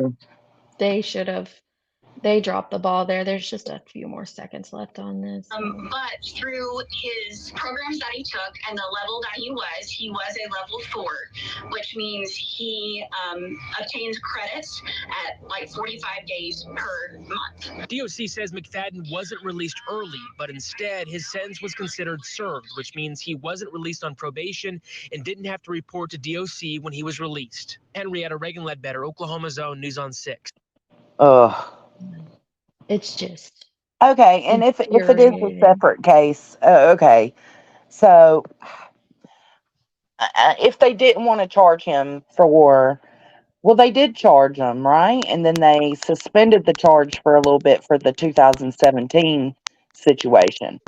But I don't understand. Even if he got out, they could have resumed the charges against him and put him back up. It was still 4 years. 4 years. If I find that article real quick because it's explaining a period happened so that's I the think. first problem. It should have been a much higher bond initially. Are you And typing on your phone? now No, it sounds like you're typing, but it might be you glitching. my audio. That's better. Well, I was. Oh, nope. Let me see if I hop. Can I hop? Yeah, you can back out. I'll still be up here.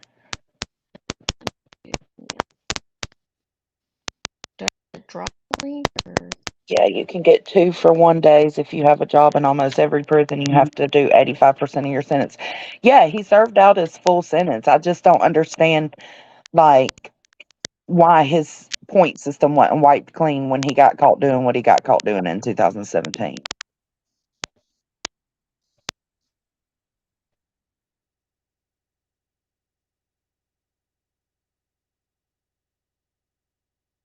All I know is Georgia would have pulled any and all chances of any kind of release until he went to court for the solicitation charge. Absolutely.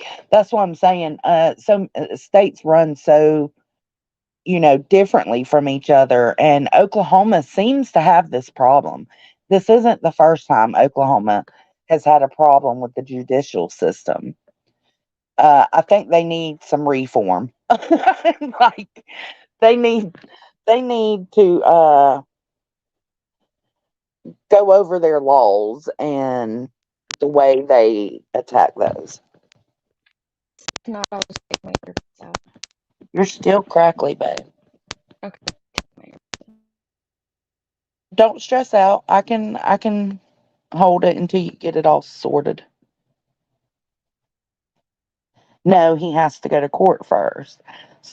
So if he was charged in 2017, you're saying he would have to go to court before I don't understand. I don't know. Wait, what? I mean, I don't know. I don't know who the employer was for Jesse. They do. They put prisoners' rights over people's safety. And like Deep said, it's because they're overcrowded. Well, how about you take some of these people that are in prison for 5 years for pot and let them out? You'll free up a lot of space. Okay. Are we still popping? You're good. All right. I just took them out completely. All right. Are they going dead? No, AirPods just don't like to play well with StreamYards, I'm finding. They just don't. So I know I need to get something different, but dang, these are $300 earbuds. You'd think they'd play nice, but they don't. Yeah. Yeah. No, I agree. I don't know what you were saying while I was gone, but there was But you agree? I agree because I'm just saying there was too much. They had plenty. They could have held him on, or like I said, had that higher bond so that he couldn't leave that situation easier. But I think they dropped the ball big time there, and somebody needs to be held accountable for it. Yeah, Dad keeps saying it's the DA. Queen Bella said he went to court, but he had a attorney who managed to keep pushing it out. Yeah. Oh, yeah. That was another thing. Is the first attorney ended up dead, so they had to get a new one. That caused a delay, and then there was something that happened with the second attorney that caused another delay. I don't know. I just don't see any excuse for it taking that long. I just don't. And that's my opinion. That's not everybody's opinion. It's just mine. Right. I get that Sugar Crisp, it was a separate charge, but he was in prison while he committed that. I don't understand how he kept that level for good behavior if he was in prison doing these things. If he had a contraband cell phone, he was found having relations with other inmates. There was something else. How did he maintain that level for good behavior for those extra days off when he's doing all this other stuff?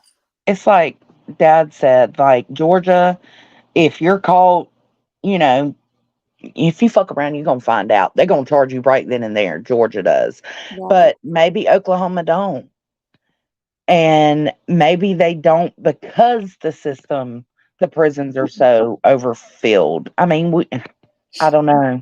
That's what I'm talking about, Cody, is he had a bond hearing and his bond was set extremely low. Like was it $5,000? So you only, I don't know if Oklahoma is the same as here, is you only pay what, 10% of that. So why was his bond not higher?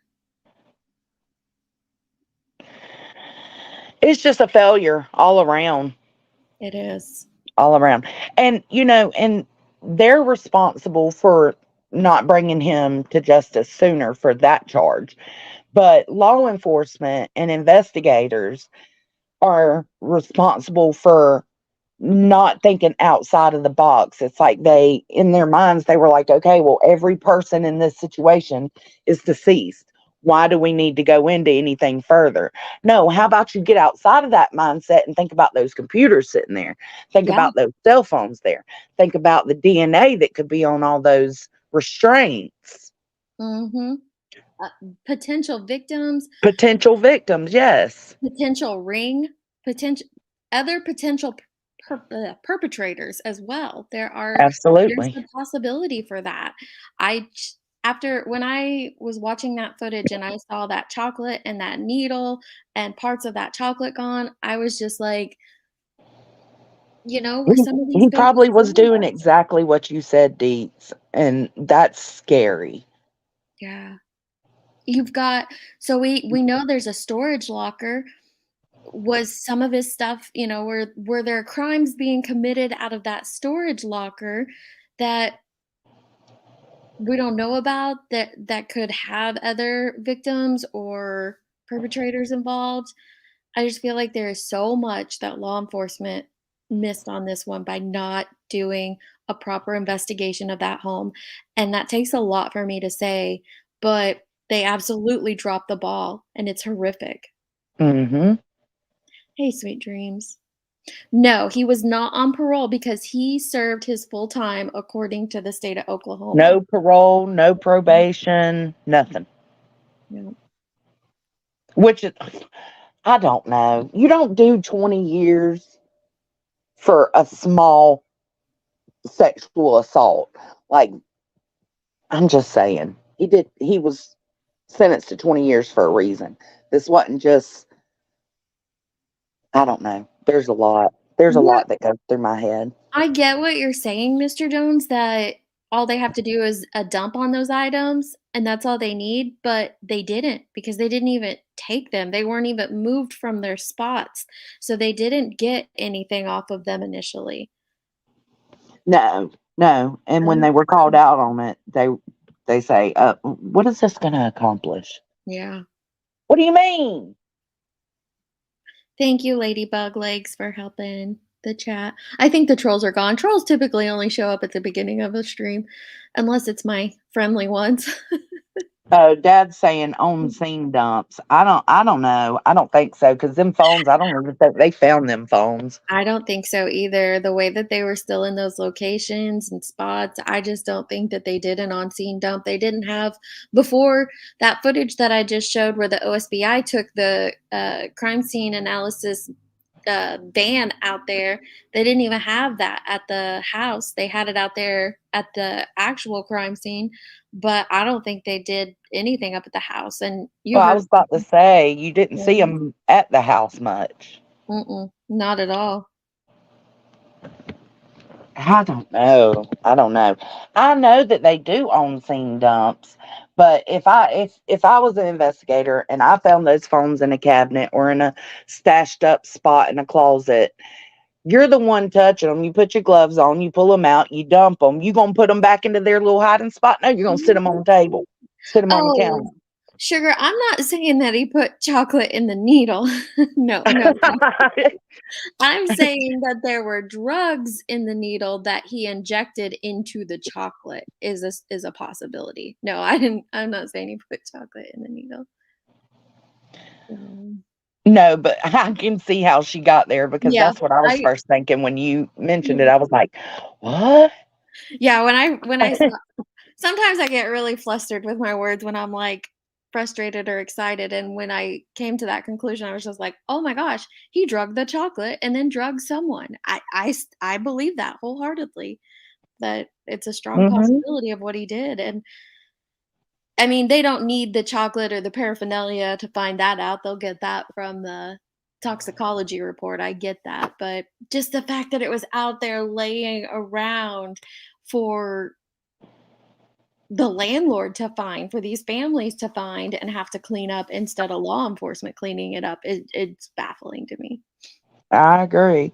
Shell belt, yeah, that was Kate. She had the ex-cellmate and the one that he was put in prison for in the first place on her panel. And the story she told, it was just, he's a wild dude, man. How was now he was registered. He was on the sex offender registry for that area, but he wasn't on the local sheriff's National. department website. Is that what I'm understanding?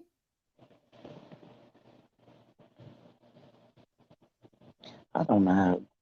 See, I get what you're saying, Lex. I'm wondering if it was potentially for some of the victims that he didn't want to be involved. You know, there's the son and the younger daughter. Maybe he didn't want them to be involved, and so they were just taking, how do I say this right? Drugs so that they wouldn't wake up, they wouldn't be a part of it, or something like that. That's a possibility. I don't know. Yes, it is not confirmed at all to be anything. It's just something that I noticed. There's a THC chocolate sitting there on a counter. There's drugs next to it. Like, what was the purpose of that? So I'm just theorizing out loud on this live stream. Like, did any of that come into play at all? Is my question. I agree. And Dad, see, my biggest problem with the whole bad popo thing is why the F did they let anyone, family or otherwise, in that scene? Because it wasn't a crime scene any Because they longer. released it. They released it 2 days before this was filmed. It had been released back to the landlord. And the landlord was like, bet, I'm going to clean it out. We wiping it clean. And the family went over there to look and found stuff. So I just... A lot of people don't know this, but if a crime, now as we know, the murders did not take place in the home, but if a crime happens on your property or in your home, your homeowner's insurance covers aftermath cleanup. So you don't have to go in and clean it up yourself. You hire a company to come in and do the cleanup. Now, I don't know if this homeowner had the appropriate insurance or whatnot. And I also don't know how, it's affected with insurance when the crime didn't actually happen in the home. So maybe that's why he didn't hire a cleanup crew. But at first he allowed Holly's family to come in, go through the house, remove some of their family's belongings, whatever they wanted, because he told them, if it's not all gone by Monday, I'm taking it to the dumpster. So that's when Justin Webster, I keep saying Webster, Ivy's father, he wanted to go down and see the house and see this scene. And that's when he did this walkthrough with his family. And that's where we get, and he invited a local news reporter to come with him. And that's where we get all the footage from, is 2 days after the scene was released, he was allowed to go in and view all this. And he found all this evidence. All this evidence. And see, Dad says, if they released it, then why did the cops say don't touch anything? We don't know. We don't know, but they told them that they could go. Like he said in the video, like they have permission to be there. Yeah, the landlord even said in a statement that because Justin Webster called and asked him if he could come and see the house, and the landlord said, let me call law enforcement and confirm it. And he called him back an hour later and said, yep, they said it's clear, you can come down and go through it. So they went through all the proper channels and they still found all this. And another question I have, Deets, is if he had them, okay, if they were indeed raped, like Ivy's dad said she was, so did he, I don't understand, how did it go from being chained up and going through all this shit in the house to being out in the fields? Right. That's a It's a big question, and that's what these families are trying to do, and I would think as law enforcement, they'd be more sympathetic to that. They're trying to piece together what happened to their daughter. Yeah. Enough, but they're trying to piece together what happened to their daughter, and the only way to do that is to look at this stuff, to try and figure it out the best you can, and like I said, I would think that law enforcement would be more sympathetic to that, and on top of just doing a thorough investigation to make sure it truly was a murder-suicide. I'm just mind blown by it all. I'm Really. mind blown by the fact that there was obviously some nefarious shit going on in that house. Why? What? Because the way it looks at the crime scene with Ivy, Brittany, and what's her name? The friend? Ivy, Brittany, and Tiffany. Okay. With Ivy, Brittany, and Tiffany, the way they explained it, it seemed like they were kind of running away.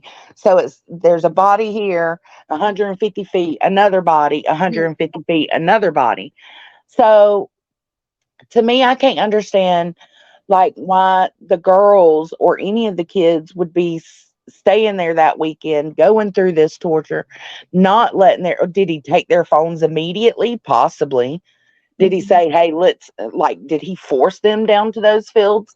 Very possible. To me, I agree with you. It feels like just based on the description we have from law enforcement, it feels like those teenage girls were running away. Oh, I hope that's you, Bird. I didn't put a It is. It is. Hey, love. Hey, baby. Hi, good morning-ish. Good morning. How are you ladies? Good. Just kind of going through all of this, and there's been a lot more evidence come out in the news and through lawyers and stuff, and I just felt like there were parts we missed initially because we didn't know them, and there was just some more stuff I just thought we'd go over it all. We're bouncing off of each other. I think it's really important to talk about this because I feel like there were many balls dropped from a long ways back, and then they continued. Yes. And there needs to be change, significant change. There has to be. This cannot continue and possibly happen again. And there are so many victims, and it didn't need to be. This could have been put to a stop long ago. And the fact that they allowed Jesse to get out, but then remain out, they didn't contact either of the victims, and he got out, and the fear was talked about from the second one, at least of the victims we know about, and the fear that she felt, not knowing she's just living her life for 10 days, not knowing after this man had threatened her life and had also threatened to take the lives of her grandparents. And it was there's so many wrong things, and I think that it just collected victim and victim and victim, and it's unnecessary. And so I think it's really important to discuss it, and I personally am in full support of whatever either the victims of what he did directly to them, and then also all of the families and parents that have become victims in this, whatever they decide to do, and if they have help with lawyers and they're going to do, I'm in full support, and I want to be able to relay that out and try to get as much backing as we can, because my heart goes out to every single one of them, and I'm very upset. I'm so upset that this happened. I know. I feel like it could have been prevented. Yes. The whole thing. I mean, you might not have been able to prevent him taking his own life in the end, but I absolutely feel like this whole massacre, because that's what it is. 6 people's lives he took. I feel like it could have potentially been prevented if I know you weren't here earlier, and I gotta say it over and over again because I do support law enforcement so much. Me But too. it could have been prevented if law enforcement and the judicial system, let's not forget that their role in all of this, and the judicial system would not have dropped the ball. And I feel like they did. I feel like they totally did. Me too, especially when he was, while he was serving time for the first offense that he was convicted for, he proved that he would not be safe to be out in with civilization by contacting another minor and getting photos and sending and all of that. There was an example right there that they saw he already couldn't, and they said that they can't keep him there based off of the second set of charges, and I understand that. However, he should have been arrested again. He absolutely Right. broke probation. Well, and I do believe he had a bond hearing, and my point is that I think that that bond should have been set a lot higher than what it initially was for that second offense. Yes. And I it agree. probably would have prevented him from getting out and being free to do these things.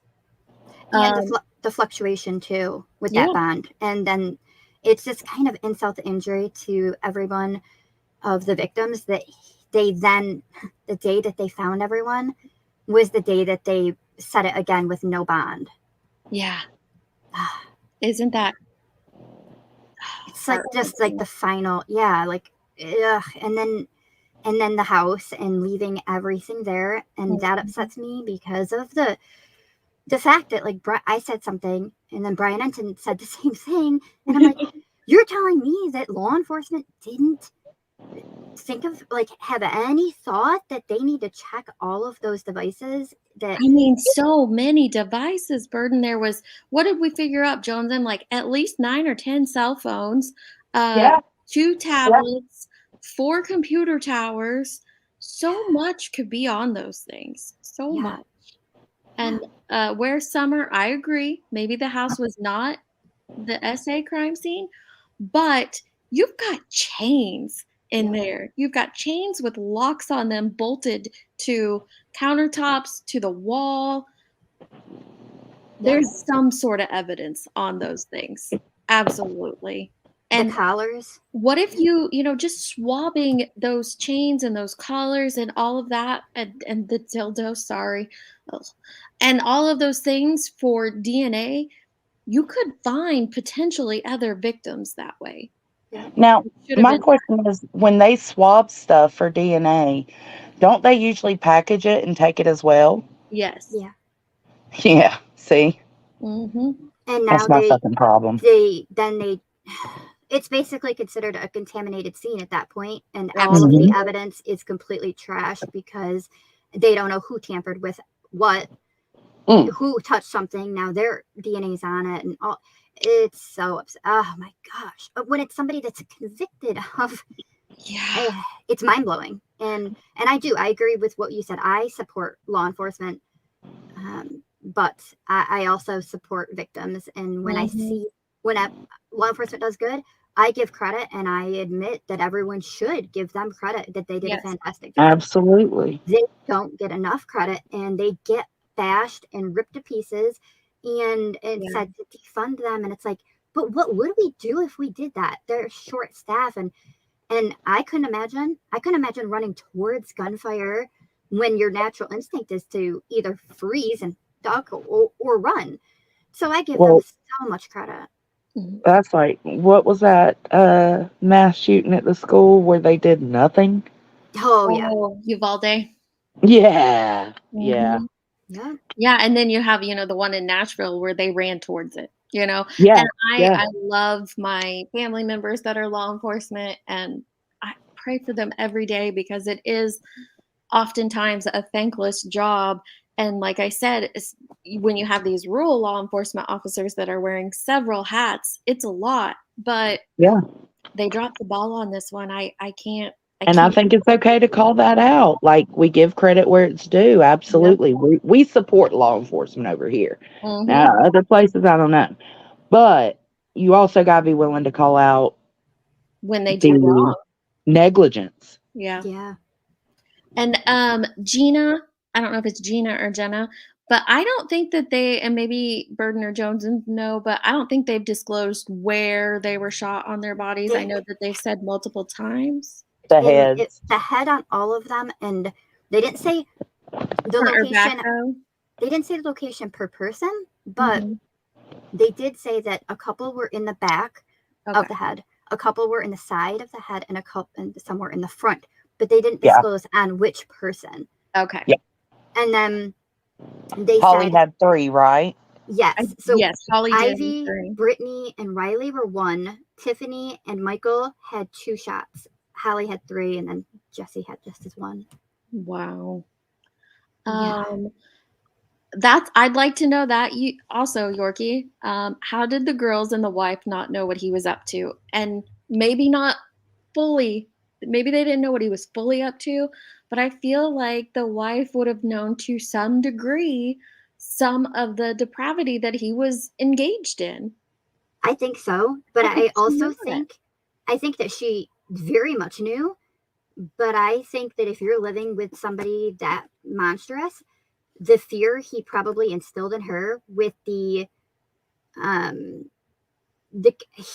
to have had her very controlled and very much living in fear. Like, I think so. I would be scared. I would be so scared. I mean, I'm going to stand up for myself and I'm not going to you're not going to treat me badly. I will leave. Well, when this person is threatening that they will take your life, take your family, and take everything, like, that's scary. And she probably saw some of the worst parts of him. And I just wonder if it was fear that kept her there. And kept her to lie to her family and say, yeah, look, here's a cake. They even had a cake for their not wedding in December. Yeah. And she just went along with all of it. And I think that it had to do a lot with fear and control and knowing that what he could be capable of at that point. I agree. And yeah, I'm sorry, we No, do go ahead, babe. generalize the judicial system as LE dad. Right. We're not But he's specifically meaning just the LE. absolutely correct. And I kind of mentioned it earlier, but it's not just law enforcement. The judicial system completely dropped the ball on things too. 100%. 100%. And They it's sure did. I forgot the question I was going to. I read an article earlier, and I don't know if you two have read that either, where it said that Jesse had all the family's medicine locked up in a cabinet or something, and it looked No, like I had just heard that from you. What was the end of that? And it looked like what? And it looked like they hadn't even taken any of the medicine that was prescribed to them. Have you heard that? I'll see if I can find that article again. I didn't see the article you're talking about. I did hear, but it was real brief, that there was the whole family's medicine was locked up. I heard that, but then it never went any deeper into it or discussed the type of meds, or I didn't hear that they hadn't taken any. That part I did not hear. But yeah, I did hear something about medicine all locked up. It was. I think it came from Holly's mother or her grandma. I'm not for sure what her relation is to her, but I think it was when she was explaining the type of control that Jesse had on Holly and the family and how he kept like such close tabs on them and everything. And it was in an article talking about that. It's probably a News Nation article because they had her on. But Gina, I get that. I get that you haven't heard anything about that, and I'm so glad you popped in to hear about it. So, they don't need the devices because they have the cloud. Oh, Johnson fell off. There she is. You're back, babe. Sorry, my youngin' called. You're fine. I get that all the time. You're right, Sugar Chris. They don't need the devices because they can get on the cloud. But some of these, if you look at them, they're not iPhones. And some of them do appear to be burner phones and such. So they do need to be able to extract the data from the phone. Now, like Mr. Johnson said earlier, they can do that on scene. But the way that these phones were found, I don't believe they did.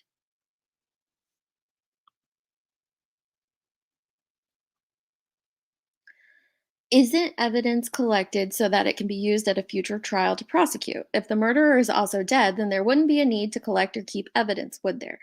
There is. Like I said, we have went through a murder-suicide in our family, and it was very evident that it was a murder-suicide. They still collected every cell phone found in the house, every computer, every laptop, and additional evidence that I won't get into because law enforcement still have to confirm that it was indeed a murder-suicide.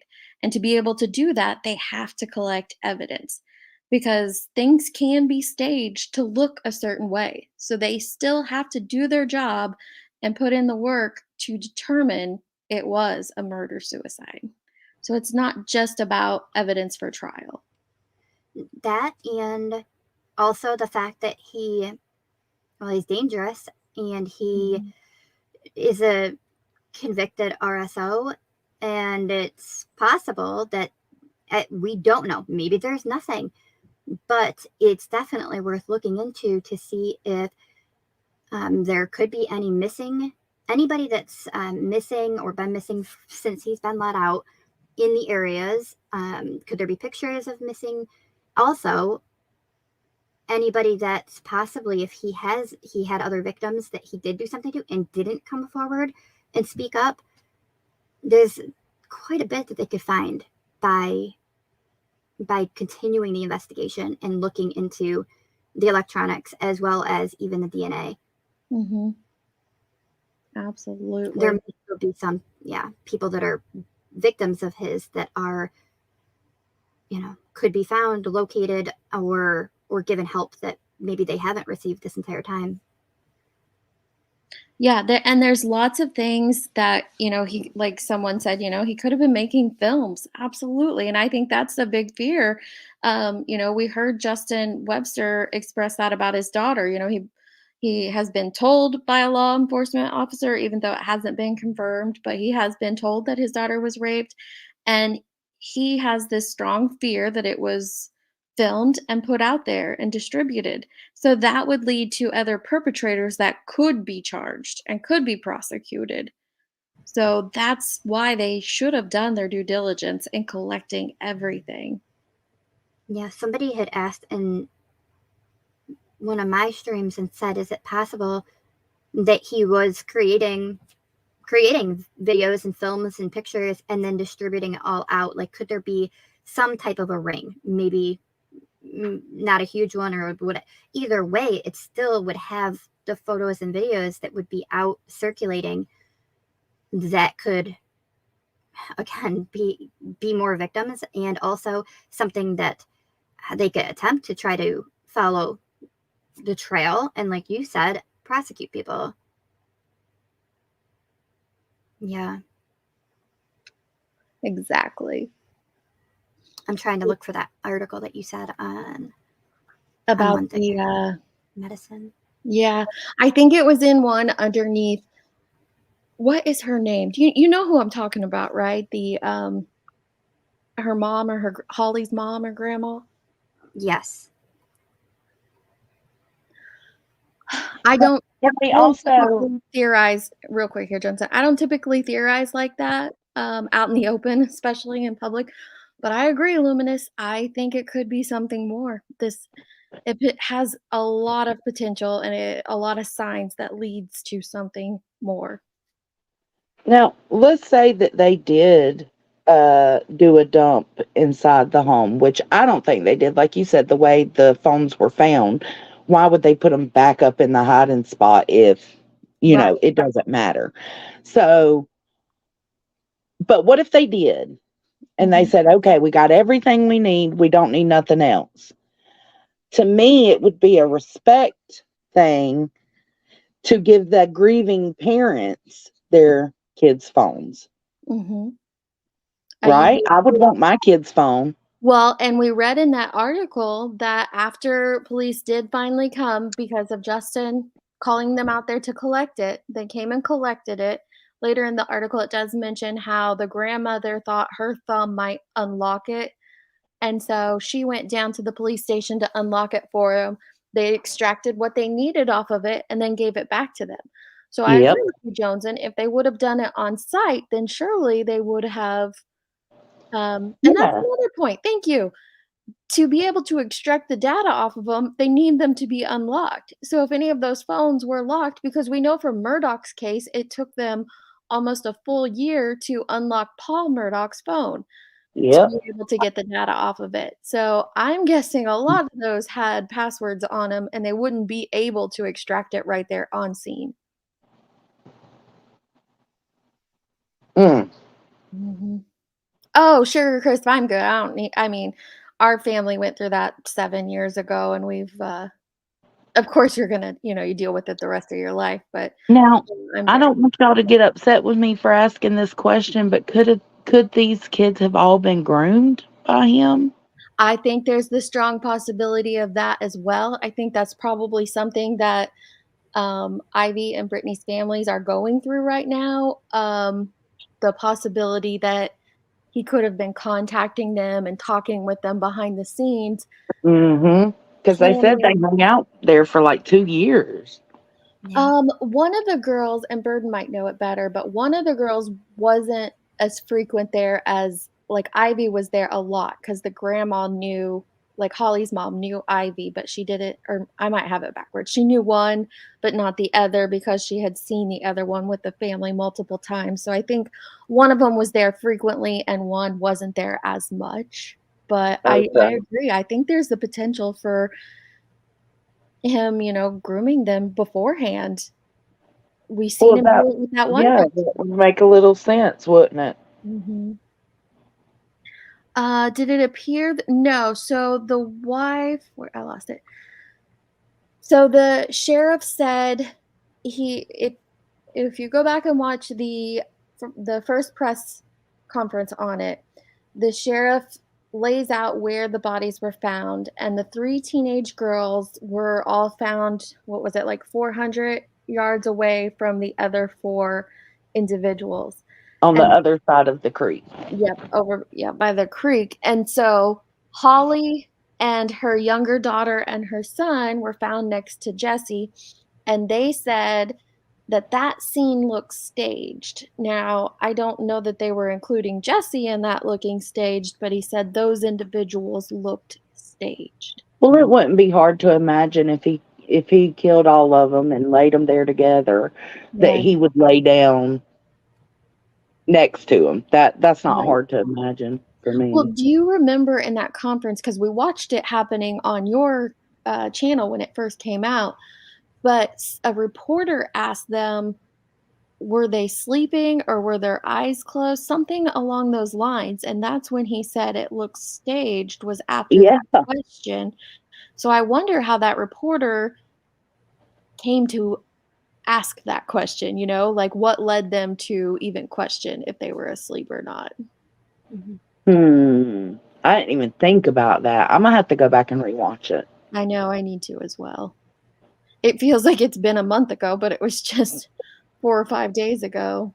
And when you're live streaming it and you're stopping it on and off, and things can get lost. So I need to definitely go back and watch it. No, Queen Bella, 3 were near the creek and 2 were with the mom. Ivy, Brittany, and Tiffany were all near the creek. Now, one was on one side and 2 other girls were on another side of the creek, but they were all over by the creek.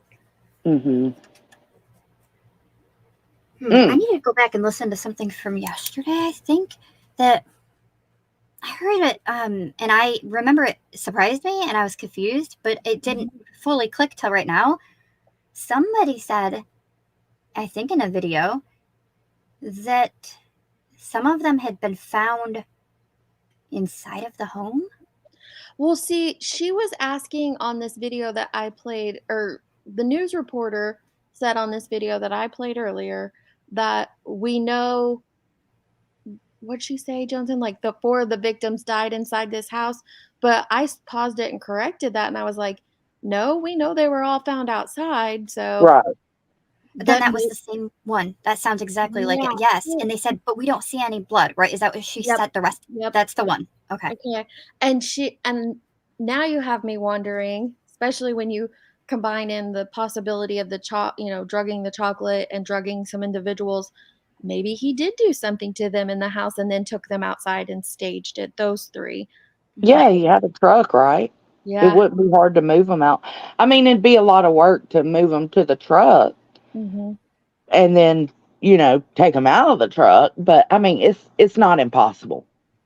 I think police also said too that they were not, and I think he said all of them were not in the same location as where the taking of their life occurred. That they had all been moved from the original wherever it happened, and then they were moved. Why don't I just pull up that original press conference and we'll go through it one more time? Yeah, because it's not then very my long. thought. Oh, I'm sorry. Go ahead, Dee. You're fine. I was just saying it's not very long. I do want to address this real quick. Sugar, Apple, even if you're dead, Apple very rarely unlocks anyone's phone, even if the person's dead. Or else, like I said, they could have just got into Paul Murdoch's phone. But no, Apple has very weird, strict rules on that. And it's a very, very rare situation, even if the person is deceased. But go ahead, Jones. I'm going to look for that video real quick. Oh, hell. I don't remember what I was going to say. Oh, but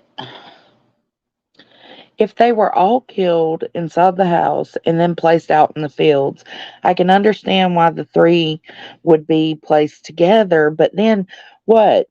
You drive for the other 3 girls. What? You drove, got out, tossed one, drove a little more, got out, tossed one, went on the other side of the creek, tossed one. Like, I don't know. It's weird. Well, to me, I wonder, we know that they were there Saturday, that they all met up, the girls met up with the stepdaughter on Saturday, and they weren't found until Monday. We know that that Ivy did talk to her mother Saturday night. The mother confirms that it was Ivy she was Snapchatting with. Oh, So good. something happened between Saturday night and Monday morning. We don't know what happened with Holly and the other 2 in that time frame. And maybe that's when something happened to them and it didn't happen to the other 3 girls. And see, this is why law enforcement should fully investigate this and provide these families with answers. Yeah, especially if you're going to listen right now, but I thought they said that they were not where it originally happened. And then it does make me wonder from there, like, do they even know where the scene is then? Like, they never said where it is. And then my question would be then, if it did happen in the home, there's no evidence of it. So did he clean that up and then the rest ended up outside? Or I don't know. I'm just kind of curious if law enforcement does even know where it is. Obviously, you could see looking where you find them, it doesn't look like it occurred there. And so then just say it's a different location. I don't know. But yeah, I'm ready to listen. Sorry. No, you're fine. I was going to answer a few questions. Yeah, it took them a year to break into Paul Murdoch's phone.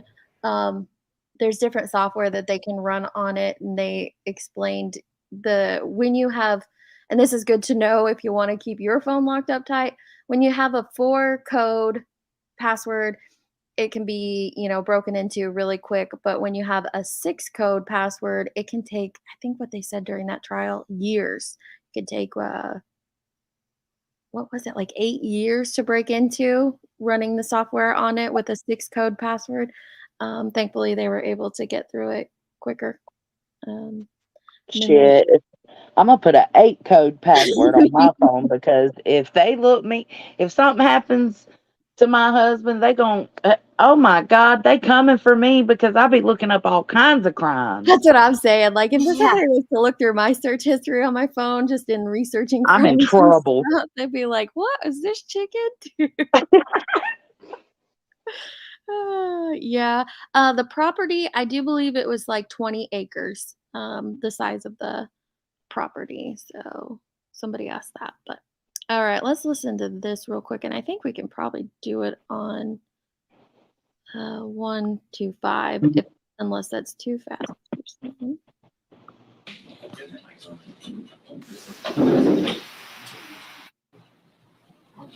Good afternoon. My name is Joe Prentice. The spelling is JOEPRENTICE. I am police chief for the city of Okmulgee, and I also command the District 25 Violent Crime Task Force. With me is Carol Iskey, our district attorney, who sponsors the Violent Crime Task Force, and Sheriff Eddie Rice, who was one of the reporting agencies when this investigation started. I've got a brief statement that I'll read, and then I'll open it for questions and answer the questions that I can. As you know, Ivy Webster was reported missing to the Okmulgee County Sheriff's Office, and Brittany Brewer was reported missing to the Henrietta Police Department on Monday morning. I received a request shortly after to activate the Violent Crime Task Force. The task force began the investigation, and as part of that, obtained a search warrant for the property on Holly Road. Because of the extremely large size of the property, we requested assistance from the OSBI. During the search, the bodies of 7 individuals were recovered. All were sent to the medical examiner for autopsies, and those examinations have been completed. Scientific identification has been obtained on all 7 of the individuals, and I have information regarding their injuries. That being said, it is important to remember that all of this information is extremely preliminary, and no official reports from the medical examiner's office have been issued. The injuries include Ivy Webster suffered 1 gunshot wound to the head. Brittany Brewer suffered 1 gunshot wound to the head. Riley Allen suffered 1 gunshot wound to the head. Tiffany Guess suffered 2 gunshot wounds to the head. Michael Mayo suffered 2 gunshot wounds to the head. Holly McFadden suffered 3 gunshot wounds to the head. And Jesse McFadden appears to have shot himself in the head. Okay, so there's the answer on how many times they were all shot. And Burden, you got that perfectly from memory. So good job. I was like, I better write this down because I know I'm going to wonder it again. I better just do. And I think it's actually my second time around, but I'm like, I know I'm going to want to know this. I have notebooks full of different cases and notes, and it's crazy. And sometimes I have so much everywhere that I know the answer is somewhere, and I don't want to just guess it. I want to make sure I'm giving the right info. And I'll be like scrambling, and I'm like trying to be quiet so you don't hear my paper flipping or me clicking through the tabs. But yeah, I have stuff everywhere. And that's why you're a great creator, because you put in the time and the work. Oh, thanks, Deets. All right, here we go. Assisting the Violent Crime Task Force with the search, the crime scene, and the investigation were the following agencies: the Okmulgee County Sheriff's Office, the Henrietta Police Department, Henrietta Fire Department, OSBI, ATF, and the Muskogee Nation AG's office. That concludes my statement. I will answer any questions that I can. Chief, when do you believe that these killings happened? I don't know. Based on the investigation, we believe that the girls were spotted in Henrietta on Saturday night. Beyond that, I can't tell. Were the victims found in one spot? No. Whereabouts were they found? Ivy, Brittany, and Riley were found separately, approximately 150 to 150 yards apart from each other, and approximately a quarter of a mile southeast of the McFadden residence. Do we think they? Okay, I'm glad we're going through this again because I did get that wrong. So they were only 150 yards separate from the other 4. But yes, they were separate and they were all out there on the property. Away. I don't have any evidence to indicate that, but there's no way to know. And the other 2 victims? Well, there's more than just 2 more. The other 4 decedents were found together approximately 450, 500 yards east and a little bit south of where the 3 girls were found. And they were all together. Was anyone? Wait. No, when he said that about the 150 yards, he was talking about the other 3 girls. Oh, okay. So the 2 girls were 150 yards separate from the one. Oh, no, rewind it. Let's Yeah. go back over it. I'm like, okay, I knew I got 450 from somewhere. All right, let's confirm this. Apart from each other, and approximately Brittany and Riley were found separately, approximately 150 to 150 yards apart from each other. Okay, so Brittany and Riley, which is the oldest daughter, right? Yes, she's the oldest of the 3. Riley is. And Brittany Brewer, I think is her name, right, Burden? They were 150 yards from Ivy over by the creek. And then I think he's about to tell us that. So those 3 were 450 yards from the other 4 victims. So I did have that. I was actually surprised when he said those names together. I was fully expecting if there would be 3, it would have been Tiffany, Ivy, Brittany, and Tiffany. And so I was like, yeah, how? Then now I'm not sure why the divide between those 3 and the 4. Because to me, that was a weird switch of the sisters. I didn't even catch that the first time that it was Riley and not Tiffany. Yeah, because Tiffany is the one that the girls were there to stay the weekend with. Right, they were all there with Tiffany, but it was Riley. Okay, Yeah. And then also I mean, I don't know if this plays any role, but it was stated from the family member that my brain is like, so how to even the daughter, who would she been? The aunt. I'll explain it in a second. But my point is, she said that Riley and Michael were dating each other. Not Riley, excuse me. Erase. Scratch that. Ooh. Ivy and Michael. I was about to say. Yeah, I know. I read the name and I'm like, wait, just the sister. Why I was did like, you wait, read no, that? I'm biological. So Sorry for confusing everybody. Yeah, so they were not only friends with the sister, but also supposedly dating the brother, which is kind of shocking that Jesse would have allowed that to happen. Yeah, but what if Jesse was allowing that to happen because he was also groomed? That's true. That's true, Jonathan. Yeah, Gina, we're gonna need Chasing over here on the porch with her whiteboard. I know. What the hell, Chasing? Where you at? All right, let's see. And approximately a quarter of a mile southeast of the McFadden residence. Do we think they ran away?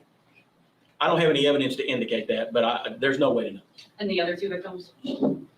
Well, there's more than just 2 more. The other 4 decedents were found together approximately 450, 500 yards east and a little bit south of where the 3 girls were found. And they were all together. Was anyone able to call 911?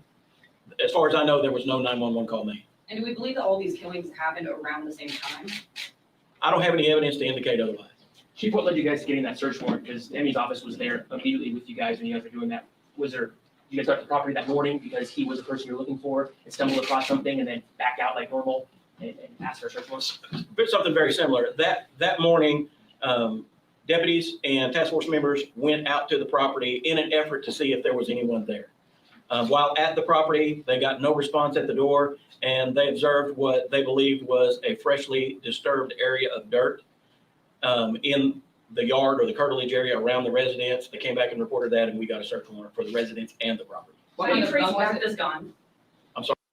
So he'll go on to explain that the dirt that they observed, which is what led to the search warrant, it was just a cleanup and it had nothing to do with any of the victims or even the perpetrator. But it thankfully seeing that led them to or allowed them to get the search warrant they needed. Sorry, one at a time. Very similar questions. Have you traced back this gun and how did McFadden get the gun and what kind of firearm was it? We did conduct an e-trace on the firearm. It was a 9mm handgun, and it was purchased in January of 2022 by Holly McFadden. When you're talking about disturbed dirt, are you talking about graves, for lack of a better way to put it? That's what the concern was when it was observed. We have since discovered that the property owner, who is not the McFaddens were renting. The property owner had cleaned out a horse pen and had dumped that debris there. So they didn't see a body and then back out? No. There weren't graves dug or anything. No. Do we believe Did McFadden leave a note? I'm sorry? Did McFadden leave a note? No note was found. Do we believe that he executed them? I don't know that I would use the term executed. I believe that McFadden shot all of the other deceased. So the victims had any defensive wounds or anything? I didn't observe any. I haven't had any reported to me from the medical examiner's office, but I would caution you and remind you that this information is extremely preliminary. Any other trauma to the body? One at a time. Overall, what do you make of the situation? Family members tell us they believe this person planned this. What do you make of this? I guess you've never dealt with anything like this before. Several questions there. I follow the evidence, all right? And the evidence is that Jesse McFadden murdered 6 people and then killed himself. You follow the evidence. Like, get the hell but out of you here. didn't collect all the evidence. Yeah. What? You follow the evidence that you only have a quarter of. Right? I'm glad we're listening to this again. It's getting me fired up. I might go down there I might have to borrow Bullhorn's bullhorn and go down Bullhorn, come pick me up, bitch. there. We Right? going. We ride at dawn. Beyond that, I don't know what his thought process was. Whether he planned this, and if he did, how long, I don't have any evidence to But you base could a figure it opinion one out. way or the other on that. Was anyone tied up? Wait. No. Is there any other apparent trauma to the bodies other than these gun problems? None that I observed, but again. Did you say something, Burden? Yeah, he said he didn't have any evidence, but his mother, Jesse's mother, received, I don't remember if they said it specifically, whether it was a call or a text from Jesse on Saturday saying, I'm not going back to prison. I will not. I'm going to take my life and I'm taking my whole family with me.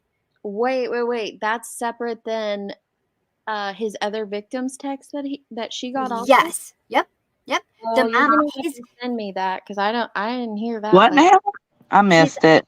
Jesse, it's okay. Jesse's mom, and that's why people are really infuriated with her for just like babying her son and not doing more, because she could have. That's one more person that could have prevented this, but she chose to protect her son and not call cops and I don't want my son to get arrested again.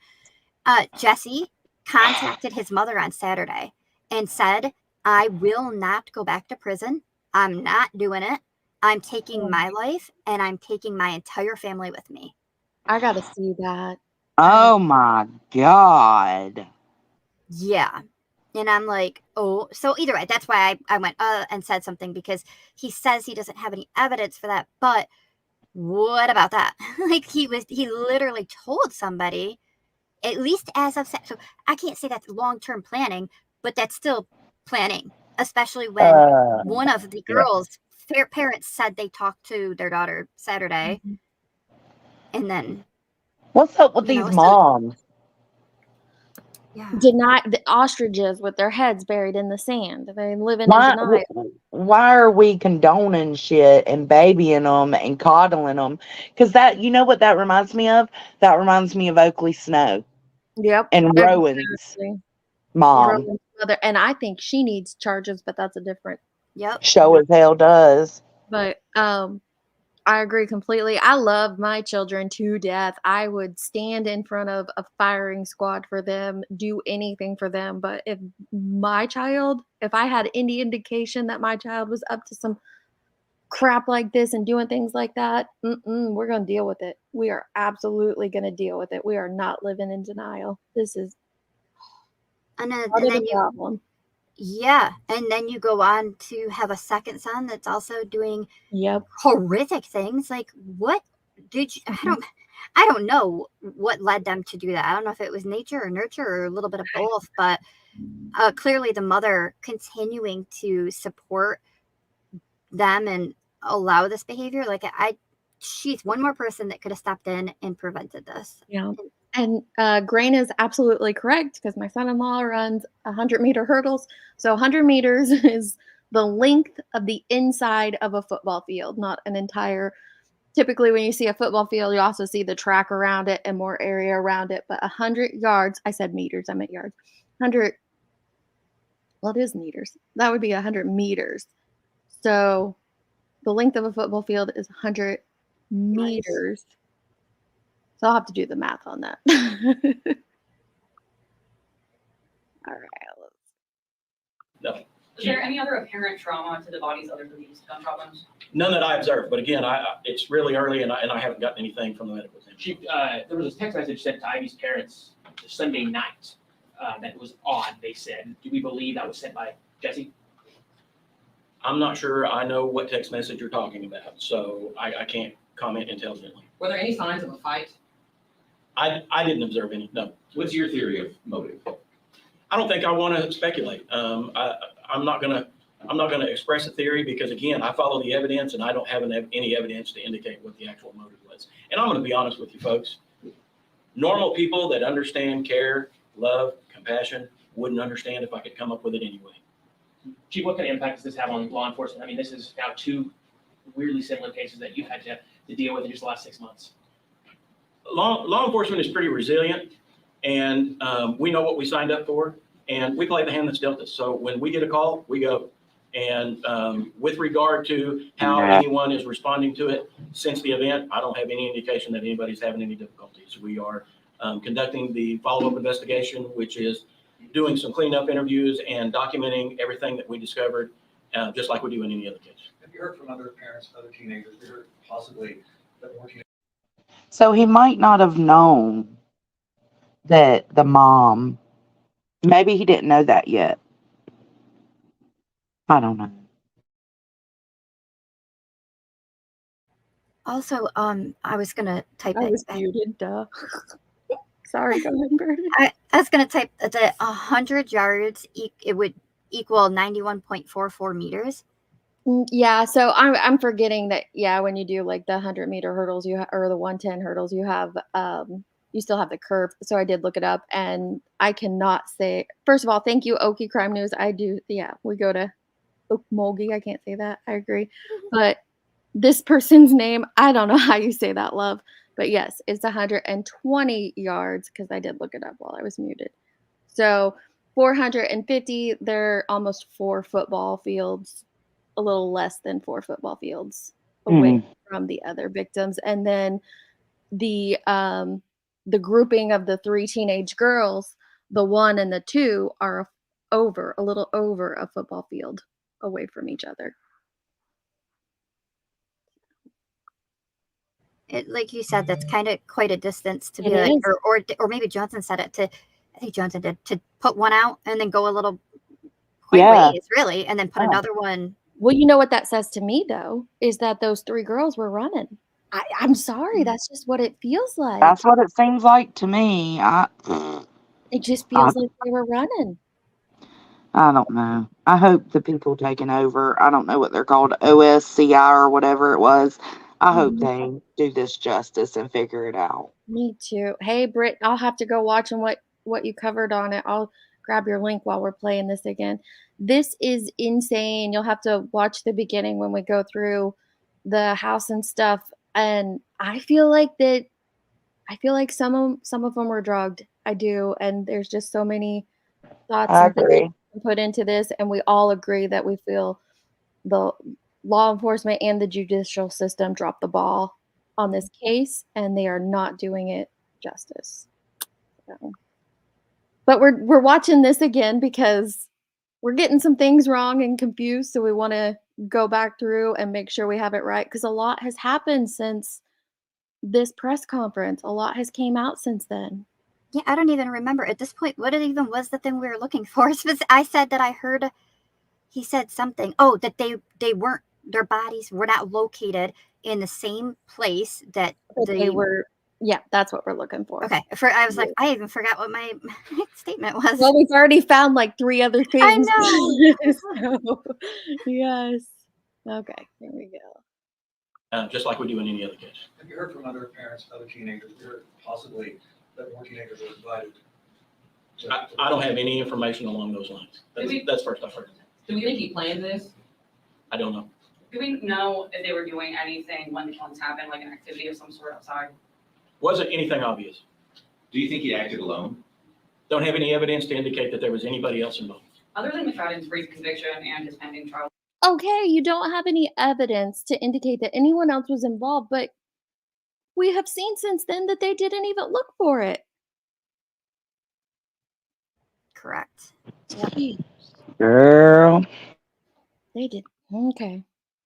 Don't have any evidence to indicate that there was anybody else involved. Other than McFadden's brief conviction and his pending trial with more charges, did he have any more recent run-ins with law enforcement that would act as warning signs? Not that I'm aware of. But absent his lengthy prison sentence and his Muskogee County case. How long did you know this person? I'm assuming he was obviously on the sex offender register. Is this someone? Are we talking about Jesse McFadden? I personally did not know him. My understanding is he was a registered sex offender and was up to date on his registration. So you guys had no prior calls to this house before this incident? My agency would not have had any. The task force doesn't, as a matter of business, take calls for service. I would defer to the sheriff with that, and I would say that I am unaware of any others. You said all the victims suffered gunshot wounds to the head. Did they come from the back or the front? Some were to the side of the head, some were in the back of the head. There were injuries in the front of the head. So I would defer to the medical examiner for a firm answer on that. So there's that. We were kind of would like to know. questioning that earlier. Yeah, I knew I heard him say it, but I didn't know. I would like to actually, he said defer it to the medical examiner. So I would actually like to know, that would kind of make things make a little more sense for us if it does turn out that the back and or backside-ish ended up being 3 of them, and we have the 3 that we think possibly may We were have tried to running. run. Yeah, that's a very good point. Hopefully the medical examiner will release a public report, but I don't know, with it picking up as much, publicity as it has, they might not. And then Cat's Eye, I agree. I thought that too. I just didn't mention it, but I thought he does look a lot like Don B, doesn't he? All right. Gina, the parents didn't know that he was an RSO. Yeah, they found out after they reported the girls missing is when they found out that he was an RSO before they were found. They were furious. But I don't know. All right, let's see here. The short answer is I don't know for sure. I know you're unsure of when exactly it happened. Is there any reason to believe that he did this and then waited a while and then killed himself later on? Again, I follow the evidence. I don't have any evidence to indicate that. Anything is possible. Do you have any time? That would be found on those cell phones, sir. Hey, Brittany. Hey, girl. That would be found on those cell phones, would it not? Knowing when he sent those messages to potentially his mom and the other victim and things like that. Oh, this get me riled up. Hey, when the lawyer of the victim, okay, hold on, let me think of how to say this. The newer victim, right? The one he was going to trial for. Right. The lawyer said that that victim, when she received the stuff, she sent it to him, right? Yes. So did the lawyer possibly know beforehand? Like, I need a timeline. Like, when was that sent? That's a good question. I'd like to know that as well. I don't I know. would think if he got it beforehand, he would have contacted law enforcement. He might have got it after. Well, at the very least, he might have gotten it before they were found, but after they were reported missing, because she might have waited until, Monday morning when her lawyer is in his office before she contacted him. I can go back on, I know that she discussed it when I was up on Kate's panel, and maybe she said specific, let me see if I can, I'm going to try to listen to that and also look that up real quick and see if I can close in on a time frame on that one. Okay, good idea. Thank you, love. How long do you think they were at that residence? Were they gone all weekend to show up that Monday? Do you have any idea how long they were at? My understanding is the girls were friends with Tiffany, who lived at the residence, and were allowed to go and spend the night with her on Saturday, and were supposed to come home Sunday, and when they didn't, they were reported missing. Beyond that, I don't have any information. What were the ages of all the? Okay, so there he says that they were reported missing. He just says after that, but whoever was in here earlier saying that it was like 1:30 in the morning, that's probably true, or very at least close to true, because it sounds like, like I said, I would go searching for a little bit before straight. And they could have. Again, they could have. And then nobody was at the house, right? Right. Because if they would have went up to the house looking for their kids, they wouldn't have seen anything just from the front porch out of the norm. So that does make sense.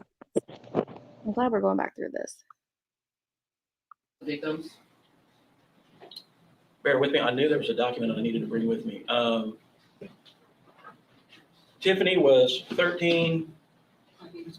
Michael was 15. Riley was 17. Ivy was 14. Brittany was 16. Holly was. No, he got that wrong. So Ivy had just turned 15. And Brittany had also recently turned 14, from my understanding. Like, it was relatively in the past. So, but I think the rest of the ages are correct there, and I understand why he's confused on those ages at the moment. Did you see Brittany's comment about the investigator Or the officer told Ivy's dad that the answers went with Jesse and an investigation wouldn't accomplish anything. Yeah, that was part. We played it at the very beginning. Okay. We can play it again. That's when they're in the house. And Is that when he was like, my Yeah. daughter was raped and murdered? Okay. Yeah, I think that's what she's talking about. Yeah, that blew our minds. It infuriated us. Like, how dare he say that to that father? Girl, that hurt my soul. Yes. Was 35 and Jesse McFadden was 39. Just to confirm, the three, Riley, Tiffany, and Michael were all Holly's kids, not Jesse's. That is my understanding, yes. So these were his stepkids? Yes. Did he make any recordings on his phone of his deeds or try to post anything to social media that you can determine? We recovered one phone from the residence that we believe is Holly's. We recovered pieces of a phone from a wooded area, quite a ways from the residence. We do not know who it belonged to. If that's not his phone, we haven't located his phone. And we also left 10 other phones in the fucking house. Sorry. Listen to that. Listen to that. We recovered 2 phones. He just straight up said that they basically did not search. See? Yeah. That's wild. Yeah. Yeah, and we don't have his, we haven't located it, but we left all half a dozen sitting in the other room. Yeah, and we left Yeah, that's probably one of them. Yep. We left computers and laptops and iPads and tablets and so many other things. But don't worry, guys. We recovered phones. Actually, I wonder if since they found like the girls' phones up there, and I'm wondering if maybe it does turn out that smashed one that they found would end up have been his, especially with him contacting his mother and him contacting Caitlin, the one that was supposed to be going to trial. I kind of wonder at that point then if if he tried to destroy his own phone. But I don't care. Does anybody know when, like what day or what time he supposedly he did text that victim of his trying to blame her? Yes, that's the part I just got to of me trying to find. So it was Sunday night at 7:19 when he sent the message to her through a Facebook message that was under a different account name. Yeah. And that was Sunday night. Yeah. So Holly was probably already gone. Mm-hmm. Yeah. So that's why I wonder if I can get a time frame that she sent it over, but even then I don't know if they would have waited till the morning. The time frame is really tight. It is. And I'm thinking, so this has me rethinking some things for sure. And like Brittany, we were talking, I agree. I don't think he could have controlled all 6 victims at once, which is why I think that, and again, my theory, my opinion, they were possibly drugged. Part of them, potentially the 3 that were found near him is who I'm leaning towards, but that's totally just my theory and speculating based on what was found in that room.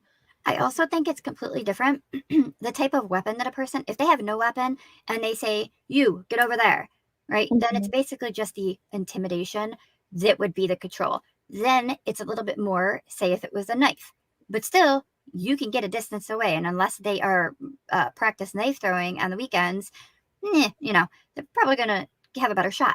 If it's a gun, you kind of can control people pretty well when you have a gun. And so he very much could, they don't want to say execution style, but it is possible. He directed them, you get over here with a gun. I agree. And kind of paraded them to wherever it happened or whatever. But yeah, and then as he's maybe doing something with 1 or 2 of them, the others possibly jumped up or just try to take off and get as far away as they could, but he still got him. I don't know, but I do think that a gun will control somebody pretty well. I think so too, but for some reason in my mind, I'm leaning towards if it did happen all at once, that he killed the 3 girls first because all the other family, his family, had more than 1 shot. Is that because they were trying to get away? Mm-hmm.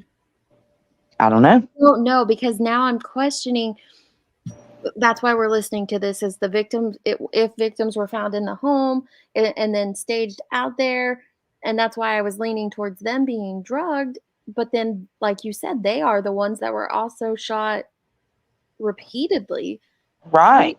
Doesn't oh my gosh, this is such a mess. And another We're thing gonna- that had been mentioned too towards the get-go was, is it possible that he got Holly definitely out of the way, gone, like she's not going to be able to interfere with anything, and then maybe even Michael, you know, a couple of them there, and left the two, definitely Ivy and Brittany, to do awful things because he had gotten the family out of the Yeah. picture.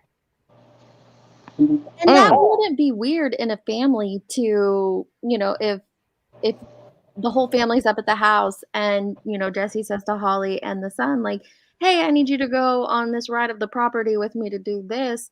They're a quarter of a mile away. You know, he could have, you know, taken them out there early. I don't know. But then it being staged. Yeah. This is why Did they take the truck in? Probably not. They probably left that bad boy. For all we know, it's probably still sitting in the neighbor's like field. Like, yeah, I It don't could know. have blood evidence all over it. We don't know. Yeah, you're right. I And hope they they didn't. seized the truck. They didn't mention, other than seeing it and asking the neighbor, and the neighbor saying, "Well, he asked to hide it here." You're right. I didn't even question that about whether I they didn't had either him. until just now. I was thinking, damn, what if they were in the truck and it was just like pow, pow, pow and pushing them out? I mean, you just never know. That's a good point. I hope they seized it, but after seeing how they took or didn't take other evidence in, I Right. don't know. I question it. Wow. Yeah, we looked at all the stuff inside the home, and the truck is a huge one. It could be. Potentially. Yeah, it could. Any other significant pieces of evidence other than those phones, the guns, and of course, the bodies? We took some other evidence, but nothing I'm willing to comment. Is there any indicator that any of the victims were drugged or anything? Not that I'm aware of. With the 4 family members being found together, did they appear? Okay, so these reporters have known some stuff. They're asking this at the press conference. When is this press conference? And they're asking about them being drugged. This was 3 days ago. I'm guessing they already knew about quite a bit of some of, you know, this stuff leaking out through various family members and whatnot. And I that's kind of wonder if he doesn't know because they didn't do their investigation properly. right. Like, is there any indication that they were like drugged? And he says, "Oh, I don't have any indication that." What Other about than the the drugs in plate the of house? drugs, right? With the syringe and all. Like, hello. Cue the cocaine and heroin needles. I mean, come on, man. Come on. Yeah, I'm with Jones about this. Come on, man. Oh, there's a whole room filled with drugs. How would you? Okay. To be sleeping? There's With the 4 family members being found together, did they appear to be sleeping? Can you rewind that again? Yeah, Without going into beginning of that part. She asked the 4 family members found together, did they appear to be sleeping? But we'll do it again. What the hell? Yep. That's an interesting Not that I'm question. aware of. With the 4 family members being found together, did they appear to be sleeping? Without going into a lot of detail, that scene appeared to be staged to me. So, In my opinion, based on what I observed. Staged as in the bodies? I don't want to go into details. I think the bodies had been moved from where they were originally killed. there you go. So, There you fucking go. Yep. God, this hits different now. It does, doesn't it? So if they knew then that those bodies appeared to be staged and appeared to be moved from where they were originally killed, why did they not do a thorough investigation of the house? Right. Oh, we're going to drive ourselves crazy. Oh my God. This is just. Yeah. Oh. You're Go right. ahead. We'll find out about it after a toxicology report. And I get that that's all we need is the toxicology report to determine if they were drugged or not, right? But there was still so much evidence that could lead them to different things. Yeah, take the drugs out. There's still like Mhm. huge amounts of evidence. Just figuring out if one of those cell phones were Jesse's phone, how much could they have pulled off of it? we at least know he messaged the previous victim. There's the potential that he messaged his mother. We're trying to confirm that. He could have messaged other people if he was willing to talk to those 2 people. Mm. Shabelle, you were on it when we were not. She's like, I thought all Yeah, this she was was. Yeah. you were on it, girl. Oh, all right. They all found outside. Yes, had been moved from where they were originally killed. Were they all found outside? Yes. But they weren't killed at the same time? I mean, some were killed at one occasion, then just given the distance you're talking about, and then you traveled somewhere else? Well, there's no way we can know with certainty, but logic tells me that some were killed in an area 400 to 450 yards away from others. So yeah, there would have been some space of time there. Yes, sir. Yes. Are you certain about McFadden's sex offender registry status? We attempted to look him up and didn't find him there. I am certain of what I've been. Hey. Yeah. So when he said, okay, so that's like, okay, well, where were they killed then? Where were they initially killed? Is it so impossible to think that he drugged them so much that they OD'd and then he just shot them just because? I don't think it's impossible to think. I mean, because you're just speculating. I don't think there's anything wrong with that, but it's a possibility. Like if he did drug I them don't know. to keep them at bay, keep them out of his way for whatever nefarious things he had planned that night, and then Well, like he wouldn't clean up blood, right? He wouldn't clean up blood, in my opinion, because he's saying fuck it all. Like, he knows his plan. He knows what he's doing. Why does he care if blood is still in the house? So it don't make sense that they would have been shot in the house. Well, and you have this guy saying it appeared staged to me. And one thing that would be staged is if there's no blood there or at least not a lot of blood there, especially with Holly being shot in the head 3 times. Oh my God, what would if be that a was in lot. the truck? What if that was in the truck? I hope they're investigating. Well, now we know OSBI is on it, and Yeah. hopefully they're figuring that out. This is insane, guys. Sex offender registry status. We attempted to look him up and didn't find him there. I am certain of what I've been told. I have not checked it myself. So that reporter said he couldn't find him on the sex offender registry. And then he just says, I'm certain of what I've been told. He didn't look for himself. So was this guy on the registry or not? Are you certain of Brittany Brewer's age? I was told by her father that she was 15. No, I am not certain. That information was provided to me early on. I made a note of it, and I am not 100% certain.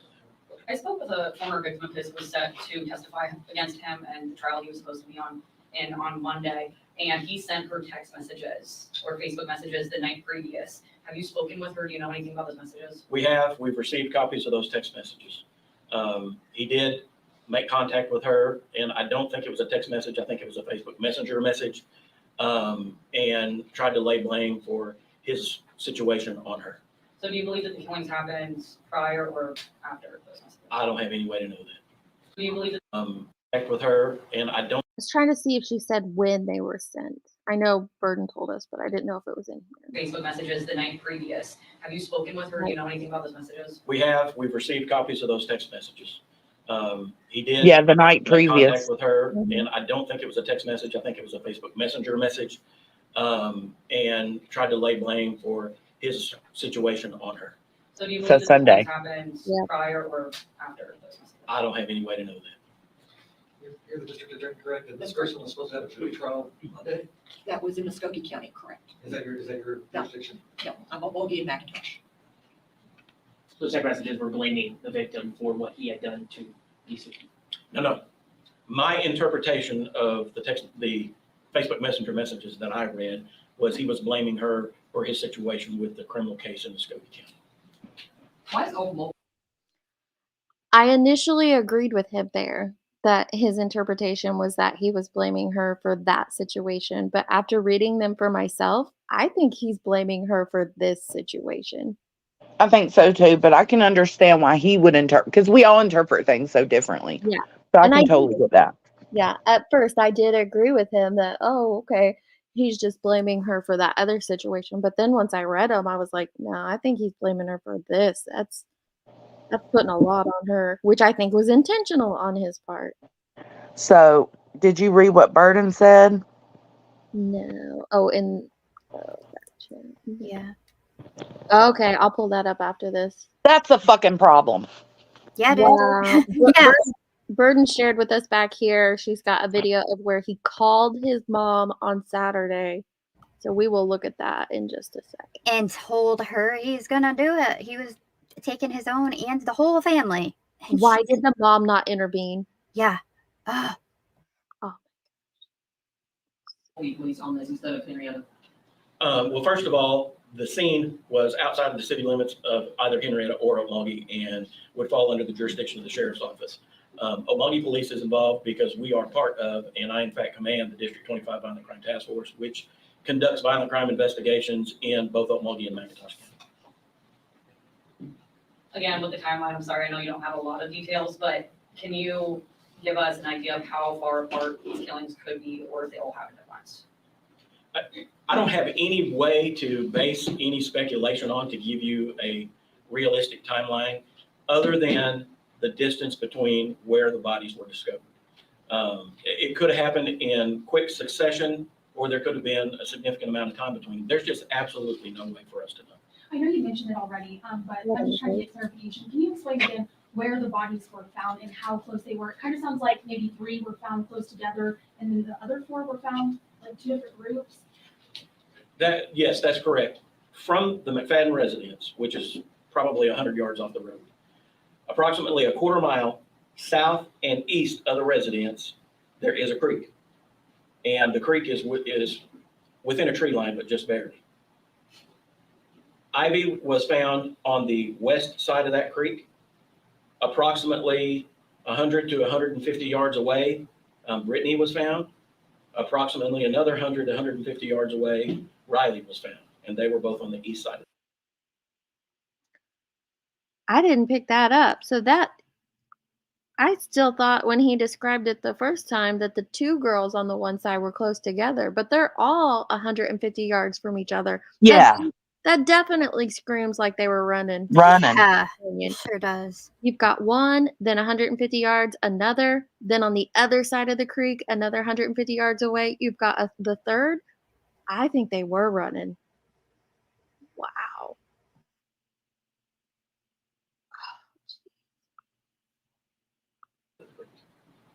Then the other 4 decedents were all found together approximately another quarter mile more east than south, but southeast of where the 3 girls were found, in a heavily wooded area. So they were found further away. Yes, yes. Chief, what kind of impact does a tragedy like this have on the community? Well, part of the problem that the community suffers with something like this is everybody wants to understand why. And like I said before, normal people can't understand why. People that perpetrate crimes like this are evil. And normal folks like us can't understand why they do that. So I think that besides the emotional trauma that people suffer because of the realization of what happened to these young kids, trying to figure out why is a challenge they'll never get past. Was there anybody? I feel like we know on the why. scene before all this happened that you've been able to determine who wasn't killed, or everybody who was there? I have no evidence that anyone was at the scene leading up to the murders that was not killed. Do you have any information? Was his residence search probation parole? Was he in compliance, et cetera? I don't have any information at all along those lines. Were the bodies found with clothing or normal? All bodies were clothed. I know I think this was asked, but I'm just gonna ask again. I mean, 6 people to shoot and kill. Do you think that the 3 girls maybe were trying to run away? Any indicator that anyone tried to run away? That just seems like so many people to try and do that to without someone getting away. You're having the same difficulty that we have trying to figure out exactly what happened, because all we have is where the bodies were positioned and the injuries to them to try to indicate what happened, and there's just no way to know. Do you think this could Well, even? there is way. There is a yeah, I'm saying, but there is a way to know. I mean, or at least come to a better conclusion or theory or hypothesis. There is. If all three that were spaced, and all three of them are spaced from the other chunk of them, then and they all end up with the gunshot to the back of the head, there's a kind of an indicator. Like there is a way to know to put the pieces together. Give me a break, because if the man was still alive, you would absolutely have to investigate this in order to try to get a conviction, to press charges and be able to convict. And so I don't like their unwillingness to thoroughly investigate all of this. The families deserve that. The victims Absolutely. deserve it. I mean, it's not right. It screams, we want to sweep this under the rug and move on. That's what it screams to me.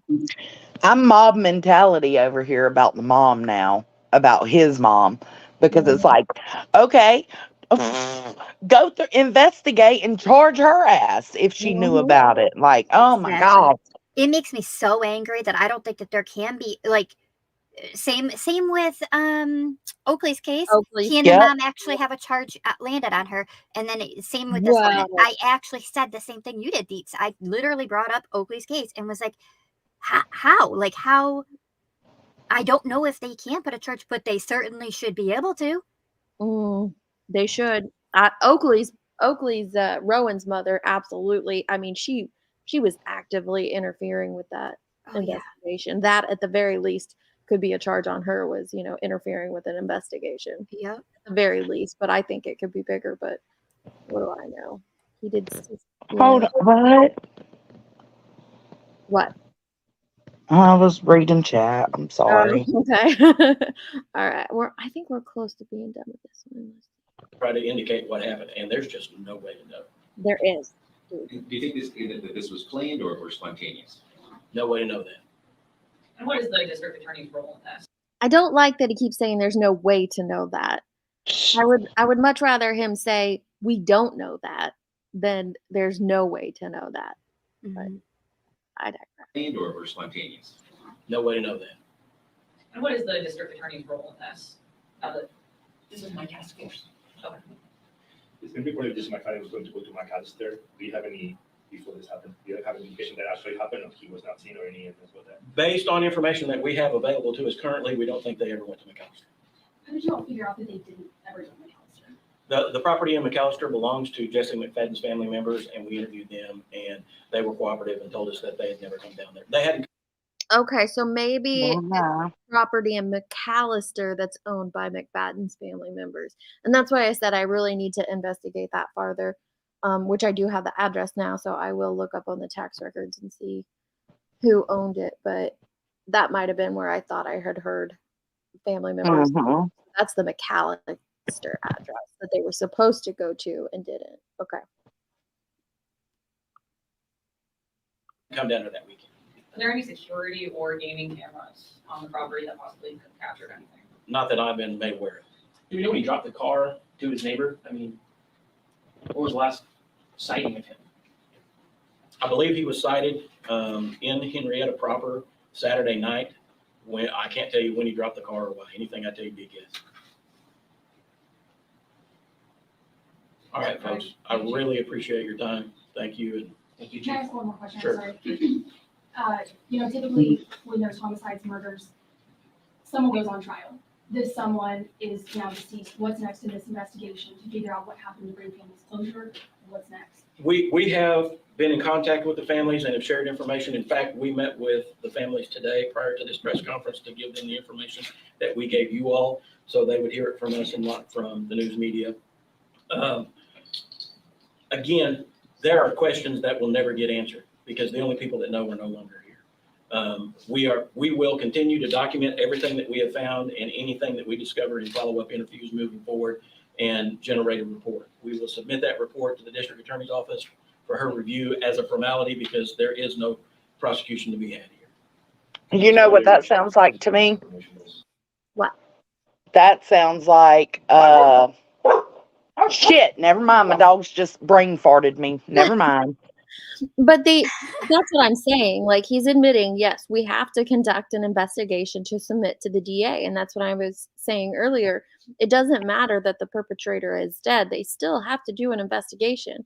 My argument, though, is that they're not doing a thorough investigation because he's dead. I took it as the way he said that was that the crime scene is released for what they wanted from it, but as they continue interviewing individuals, if anything becomes known, then they would share it. But as for the investigation of the house, to me, it sounded like it was just like he was done with the house. Yeah, That's what I got from that. it just sounds like it too. Like, we took what we needed. We're out. Right. And if we find out anything further from interviewing possible witnesses or whatever, is what he said, that means that, yeah, they were done with, they cleared the crime scene. Ugh. But I agree with, Justin on that issue, is that if my daughter was raped, there's the potential that this was filmed and distributed. So why is that not being investigated and looked into? And it doesn't appear like they were. He might be done with the questions here. One more. There's no prosecution to be had here. Can you describe the reaction of the families when this information was? Today, I was not present, so I'm not sure. Yes, sir. One last thing, just for the purposes of our understanding, do you think you might be able to help us out and present some type of like map of like the crime scene that might help us better explain for people how spread out the crime scene was? Currently, I don't have one for you. At some point in the future, crime scene investigators will map it. I have no idea how long that'll take. Okay, thank you. You bet. At this point, has the case been ruled as a version, so? We don't ever just rule a case, to use your term, but we don't have any evidence to believe that it's anything other than 6 murders and a suicide. Thank you, Chief. Oh my God. This is affecting so many people. We've heard from victims' families. I had no idea this person's convictions, previous history. What's your message? And it sounds like I don't know if it was easily available out there. What's your message to parents who see this? I want to be clear.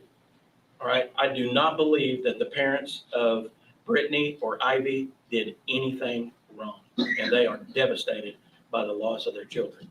That being said, I don't think you can be too careful with your kids. Know where they're going and who they're going to be with. All right, folks. Thank you. Well, I mean, that one, Ivy's, right? She's one of, whichever one it was that was hanging out there with the kids for 2 years. I mean, they obviously felt like they knew, well enough. This is so disappointing. Okay, let me pull up. It is. Pull up that video that Burden shared with us. Yeah, it is. It's really, really such a letdown. And just when you think it can't get like any worse, then it gets worse. And oh my God. No justice to be served. That's why they left everything behind and didn't tape it off as a crime scene. That's what it seems like. I can't imagine what that felt like in the moment when Ivy's dad was in there looking and had his phone up and realized that was his daughter's phone. Oh, you could hear it in his voice. And the fact of like how much they truly want to know the truth, the real truth, all of that, period. How much you'd have to overcome the natural instinct to reach out and grab that phone. Like, that's a piece of your baby that is gone. And it's right there. And like, he was able to have the strength to not touch it, to take a picture and then tell everybody, don't touch anything. Don't. Yeah. That man.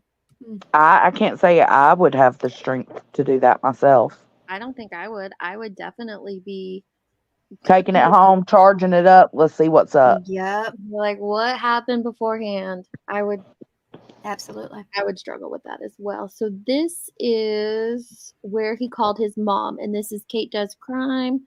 And so I dropped her link in the chat. You guys check her out. Go listen to this whole interview and everything.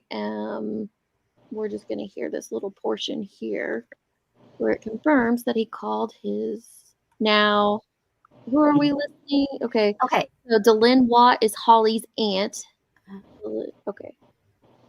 Yeah, she's Holly's aunt, and so the connection would be, for those of you that have heard some of the information and are familiar, Holly's father, and this kind of takes it all back to when the family found out, but Holly's father had been asked if they could hire somebody at the place, a coworker that was on the registry, and he went home and he was looking up on the registry, and he ended up Pictures seeing. he sent that girl was in his. Sorry, I didn't mean to.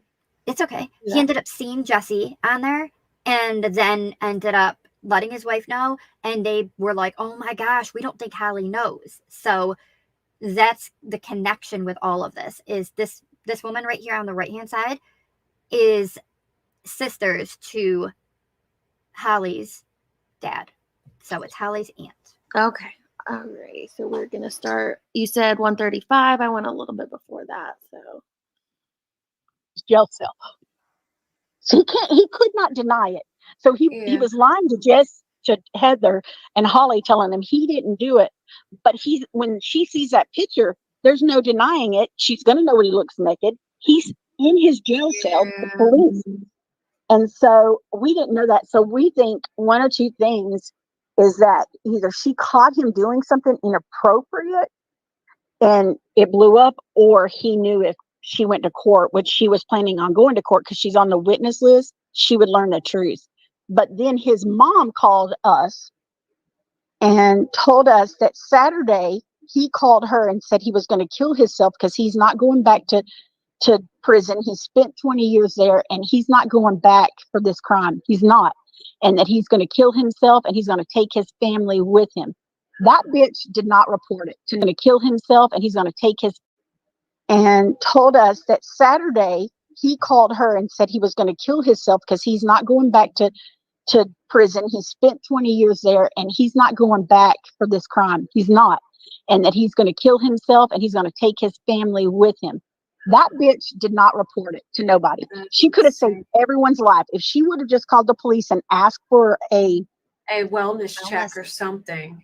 Yes, and this is the kicker too. The gun he Did had. she say why she didn't do anything? No, we've asked her to quit calling us. We are like,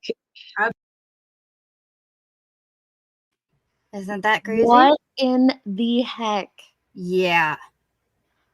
So she's also continuing to call them. Furthermore, was Guilt, that bitch.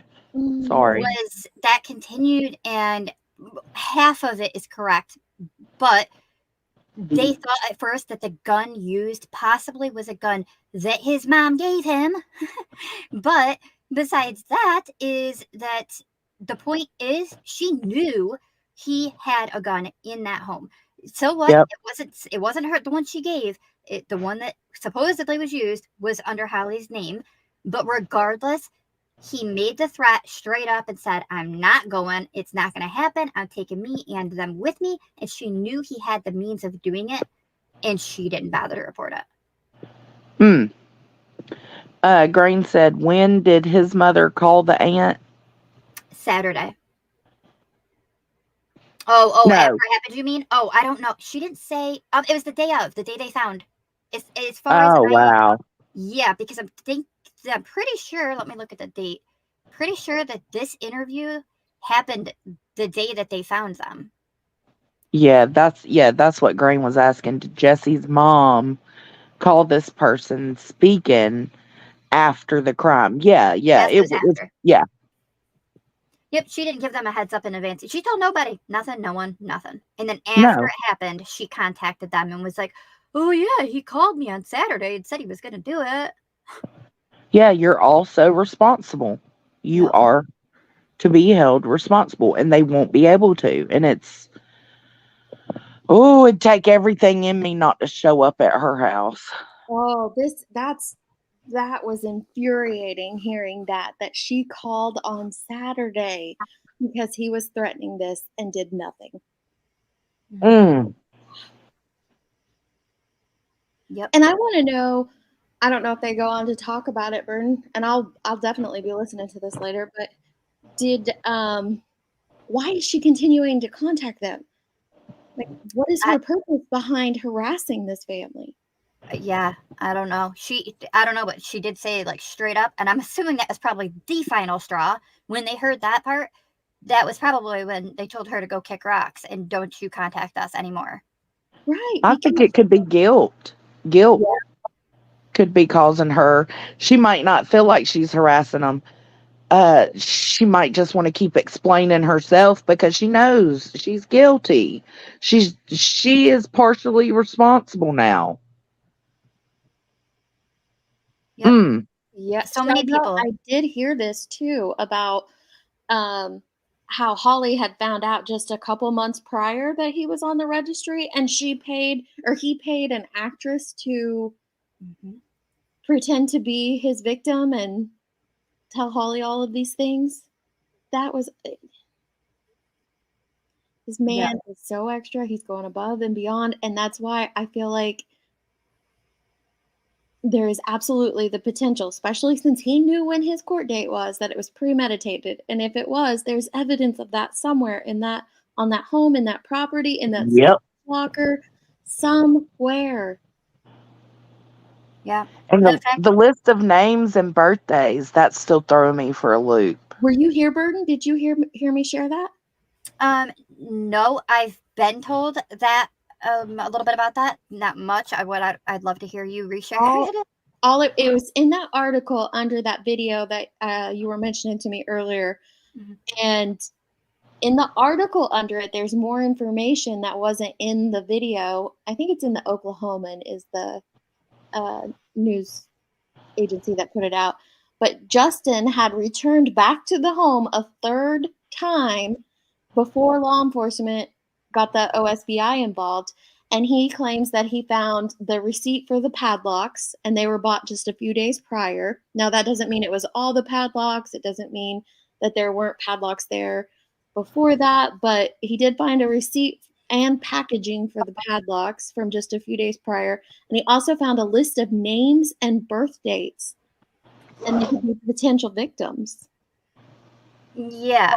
Okay. All right. So yeah, I know like the person that let me know said that they didn't know if they were allowed to share it. So yeah, I haven't spoke on it at all. I didn't know that it was in an article. I do know like did they say this any of the specific people? No, he didn't list any of the names, any of the birth dates, any of that. He just said that he had found a list of names and dates and that they believed them to be potential victims. That could be, I don't know, because I'm not sure, because I was trying to figure out what would the connection to them be, because it does list some are family members, some are exes, some are in fact one of his victims that we know of, and so like, and then some are like unrecognizable, and so I don't know, my brain couldn't quite really figure that out. And so I don't know. I mean, you have more information on this list of whatever it is than we have. I just have that little news clip portion. Yeah, I think that maybe they'll know more, possibly. I think it's going to be talked about later in the week. Okay. The information, like as much as is known, will come out, and I'm sure by then they will probably be trying to track down who these people are or what connection they would have had to Jesse. But that's why I'm not sure. In some way, I would agree. When you said like potential victims, I will agree that in some way they probably are a victim, even if it is a family member. Is it somebody that he was considering taking out, harming? Had he? I'm not sure though. Really, I don't know. My brain couldn't figure it out, and I was really stumped on it. Because did you hear that interview of that other little girl? I say little, but she was a teenager, a young teenager that was supposed to stay the night that weekend also. Yeah, there was another one that was supposed to stay the night, and she couldn't because of like prior obligations. Thank God. Yeah.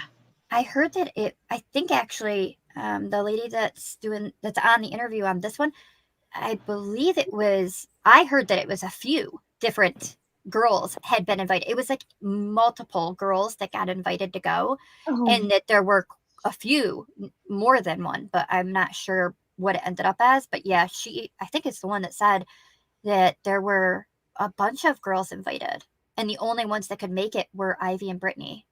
That makes me so freaking sad. It could have been also happy for those girls, but very sad. It could have been so much worse.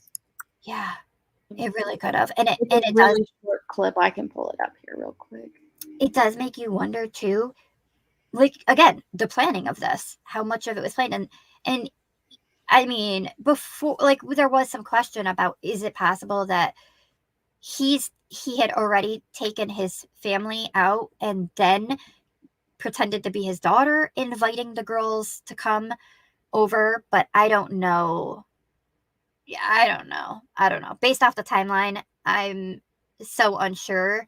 And it does seem like it keeps getting bumped closer and closer to Monday timeframe. So I don't know if that would that is. Oh, Joneson, did you fall off? Girl, I've been hitting myself. That's all right. I do it all the time on Queen's panel. It's easy when you're on your phone to just hit that little button up there and close it all out. I thought I could find it, but yeah, that is so sad if this was supposed to be a bigger invite with more people. And like you said, it does lead me to believe that there was people he subdued because he was more interested in others. Does that make sense? Uh-huh. Who did the interview with the daughter? I saw it earlier, but I couldn't write it down. I was cooking. Oh, this interview. Okay, yeah, let me grab Kate Does Crime. Is that her name? Kate Does Crime. She's the one who did this interview, and I will drop it again.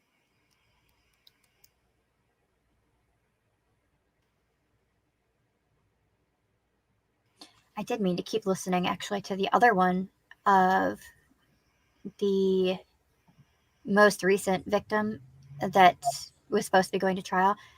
I got the time frame.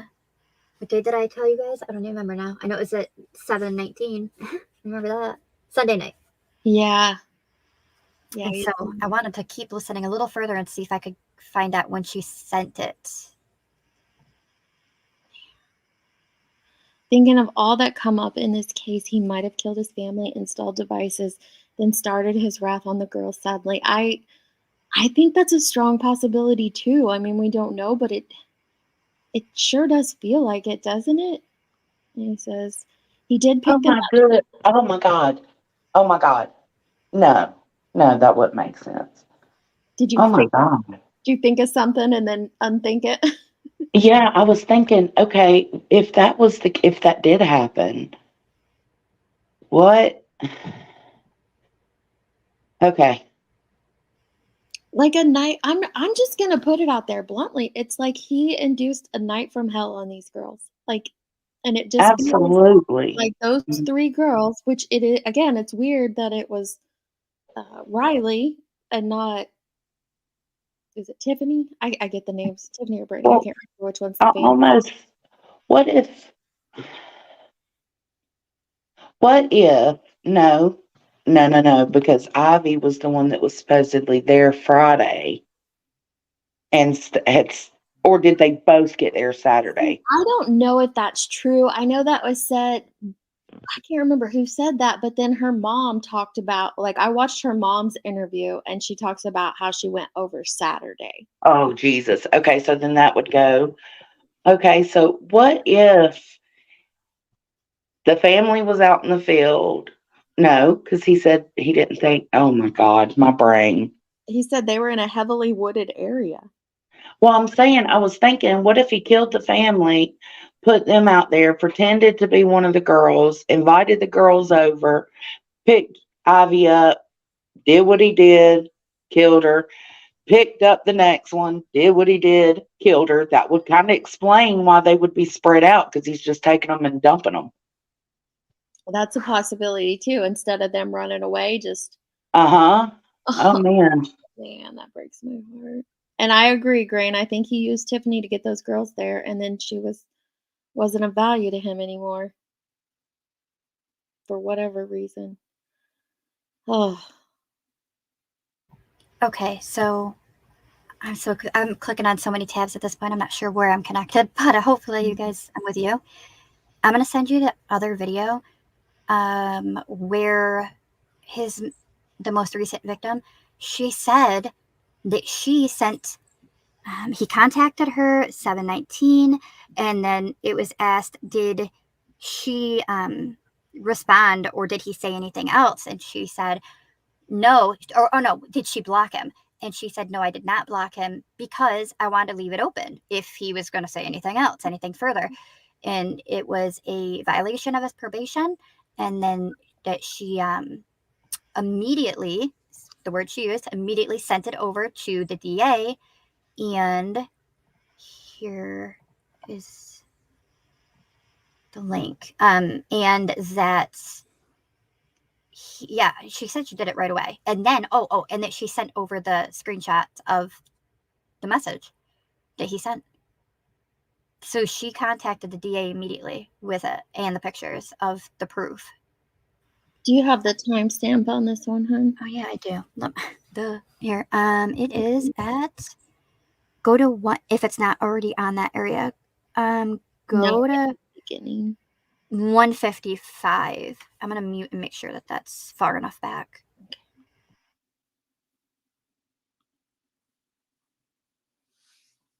And this is Kate again. I'll drop it down. Yeah, at 155, she's in the middle of reading the message sent. So if you want to read the full message, maybe go to like 154.3. Yeah, 4.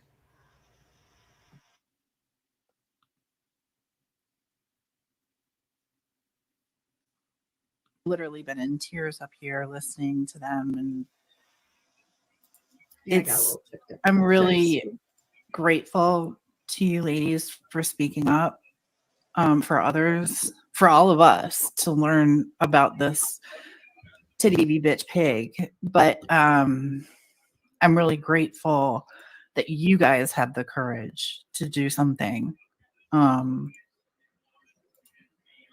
Thank you for that. Thank you for taking the time to speak with all of us.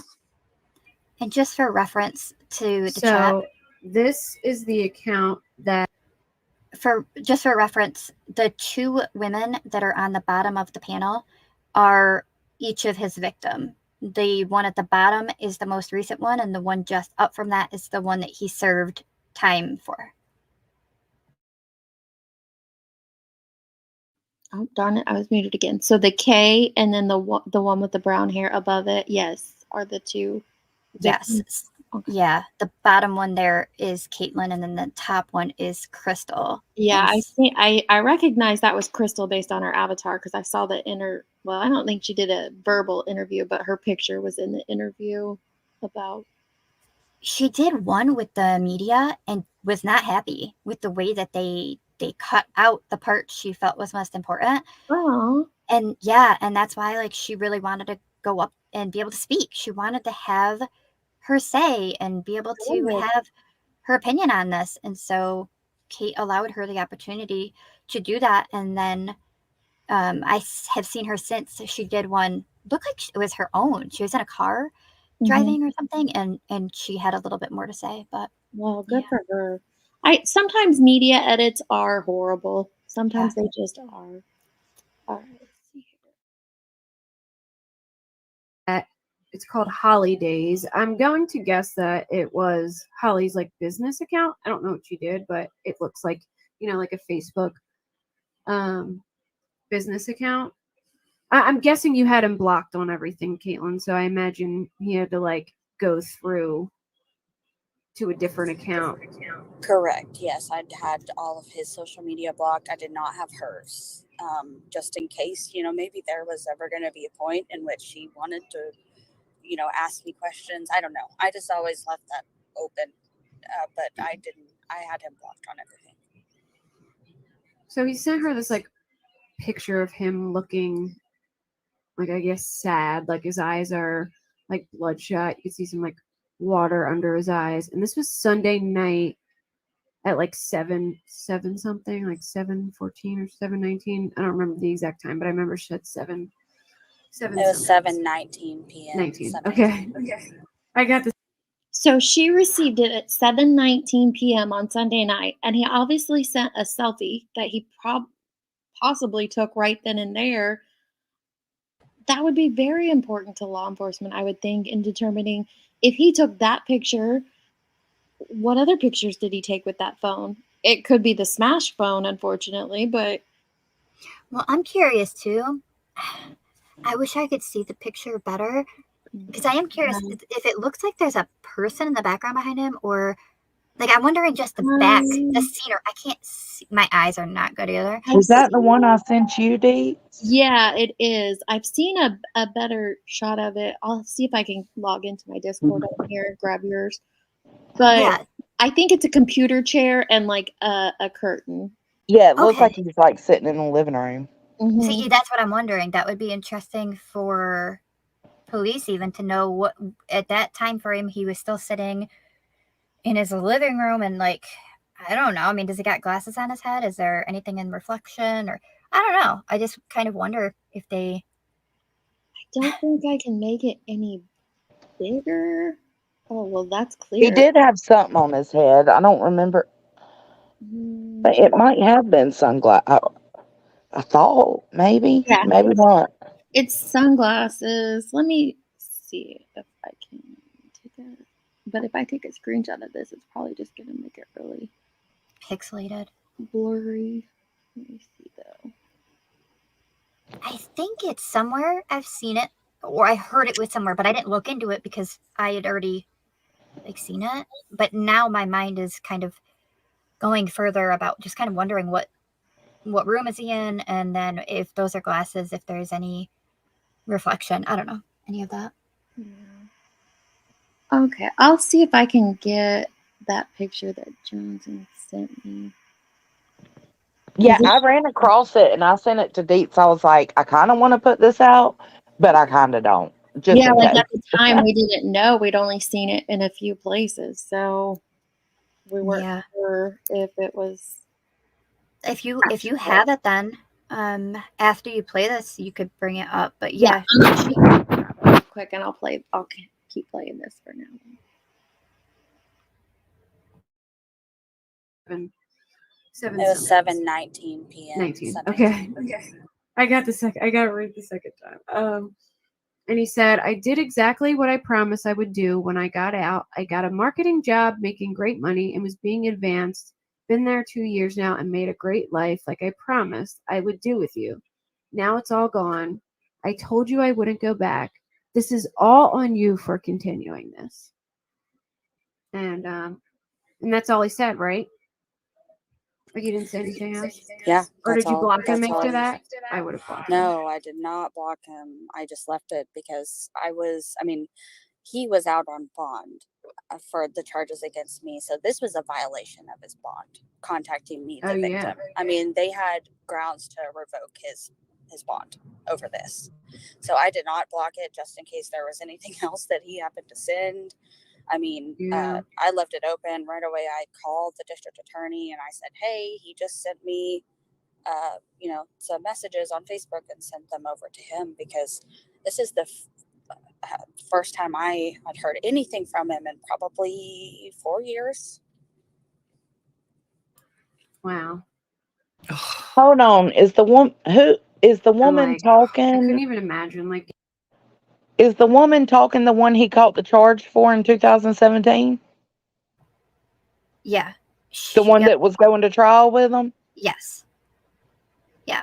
Is the one that's speaking about the message being sent to her, and then she contacted the DA, sent the picture screenshot over to the DA right away. So the DA had it Sunday night? Yep.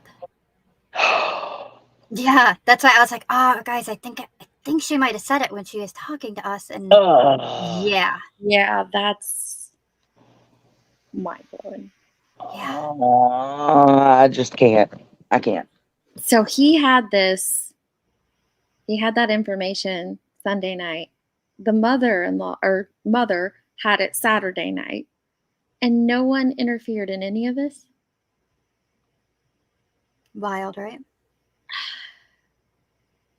I don't know what to think. I don't understand. Did they try? Maybe they tried. Yeah. And then, like, Crystal on the right was the one that was told to just forgive him. You just gotta learn to forgive him. Like, basically get over it and just get over it. Just drop it. Just let it be. Who And was then, she told that by? I forget the specific. I don't know if it was DA or someone in law enforcement. I can also go back and try to find that one. But yeah, he told her to just forgive. Just you gotta forgive him. And this is the one he did the time over. Yes. Get the fuck out of here. What is wrong with Oklahoma, man? Yeah. It's awful. It's like he victimized them, but then it's even further like the whole system just kind of kept continuing to re-victimize both of those women. And it's like the fact that it got dragged out as long as it did. And Caitlyn, for hers, it was over 6 years. And she admitted to us that she had already, sorry, that picture. Yeah. That she had already been looking for an attorney or somebody that could assist her in the fact of what she felt like was the mishandling of her case. She already felt like she was kind of being pulled around and put on the back burner.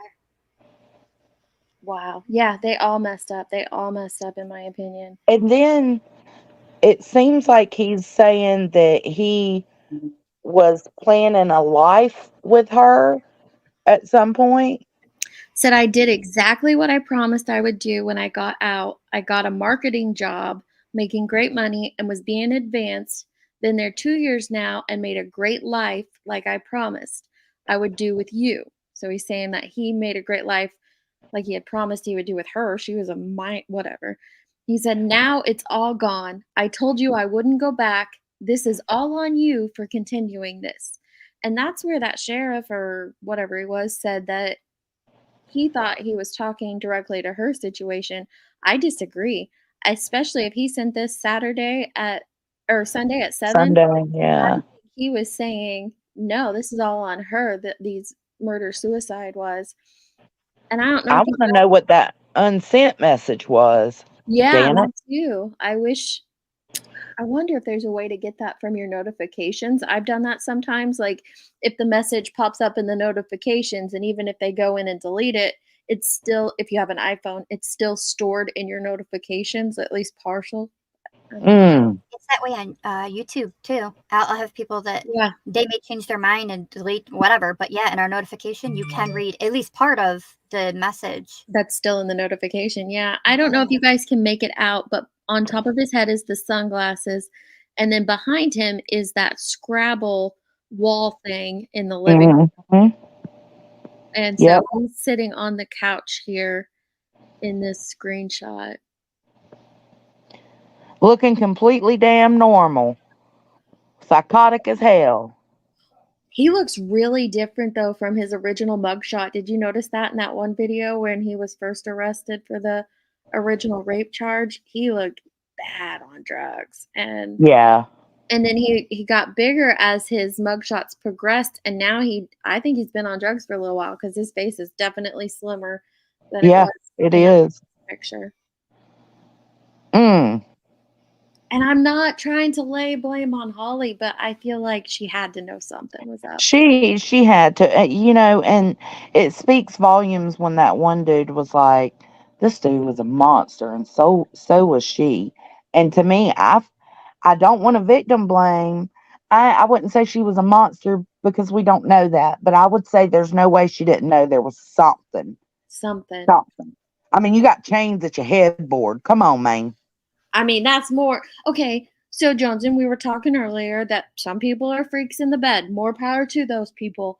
But there was 4 or 5 chains across the top of that headboard. That's not just that's not just one person. No. And then the kitchen. Come on, man. Yeah, what was that about? You have that lock and bolt and chain set in the kitchen, in your family kitchen? I want to know when that was installed. Right, where the kids walk around, and I mean, this is just too much. Yeah, it does say that Holly unsent a message. This is Holly's Facebook that he was using to send messages to the victim. And that's why there's this screenshot of him on there, because he was proving to his victim that it was him and not Holly. But he's using, in that clip we just played, she explains how he was contacting her through Holly's Facebook Messenger because she had his blocked. How do you know that, Sugar Crisp? You speak as if you I know. was just about to ask that too. Yeah, we don't Speak know. as if what you're saying is fact. Where did you hear it from? Yeah, we don't know that. Yeah, if we had any proof that she was trying to get away or something, that would be one thing. But I haven't heard that anywhere. Even her mother came out and said, we were led to believe he was a different guy and things were different. And, they didn't find out about him being an RSO until a couple months prior. And then they got an explanation for it. And that's where that actress entered to explain things away for him. But I haven't heard at all that she was trying to leave him. And Burden, correct me if I'm wrong. Lex Lux said her first mistake was writing men in prison while she had kids. You can be mad at me for being upset with her. Correct me if I'm wrong, but didn't the Celly say that him and Holly were like longtime friends? No, what he ended up telling us on ours was that she was looking for a pen pal. Oh, hell. Yeah, and that's where I think having children or not, that's a weird, I don't know, but definitely with children to be doing that. She was the one, according to him, that was searching the different inmates in order to find somebody to pen pal with. And she chose him and they started talking. And so it was kind of dating, but nothing like really serious, but it's kind of dating. And she did come visit him at the jail. And da da da da da da. But then it was Jesse went through the cellmate's belongings and found Holly's number, and that is how the two of them got started. But So Lex Lux is saying that's the first mistake right there. Like, why the hell are you looking for pen pals in prison? Like, I mean, which I try not to place judgment. She could have been lonely. Well, you got Maybe that's the type of dude she liked. You I got don't 3 know. kids to protect, though. 3 kids. You don't get pen pals from prison when you're protecting your 3 kids. No, that's why I was saying earlier, like maybe she likes fucked up people. I don't know. So I haven't heard an interview. Stifler's mom and Sugar Crisp are talking about an interview with Jesse's daughter. I haven't heard an interview with Jesse's I haven't heard that. Are you talking about Holly's mom where she's describing her daughter? I can pull that one up, but I haven't heard it. She said the interview was before anyone was murdered. Hold on, what? Jesse's What? daughter, what is going on? Yeah, I don't know. She said there was an interview with Jesse's daughter from before anyone was murdered. I've heard nothing about him having children. I haven't either. Same. I think y'all might be getting cases mixed up. I don't know. Yeah. I haven't heard anything about a daughter. If the 3 youngins, okay, so Holly's children, and you're saying before the murders happened that somewhere there is an interview with one of Holly's daughters, either Tiffany or Riley? Is that what we're saying? No, I think they're talking about Holly's mother's interview. I think so too. And she can't. I think that's a little bit, you can expect a mom to be like, oh, well, we ran across this and we got worried for her and we were telling her this, but she said everything was okay, but that they were a little controlled. How would grandmama know that? Holly ain't gonna be like, oh yeah, he chains us up, he doesn't let us do anything. Like, I don't know. I think grandma probably is speaking a little on emotion too. She did say that Hallie's mom did say that Hallie had changed and that she was not seeing the family, that there was a change and that he was controlling. And actually, I'm not even for sure it's Hallie's mom at that point. I know that the aunt that was just on is the one that I heard it from, that she was not able to go and see family like she was before. And then that's when they discussed the fact that he was upset that Riley was texting another 17-year-old boy, got angry / jealous, and pulled her out of school and said, we're homeschooling you, period. And yes, Yeah, so he did that for Riley, but he didn't do that for Michael. Like, because supposedly Tiffany was talking to Michael, right? Not Tiffany. You did the same thing Ivy. I did, but with a different sister. I love Yeah. that. But yeah, the names, there's just so many. But you're right. Yes, Ivory. Yep. And that, I don't even. That's weird too. Uh-huh. Like, you're cool with letting that happen. Well, again, that could have been to introduce or allow the possibility of grooming. So he ain't trying to groom a boy, apparently.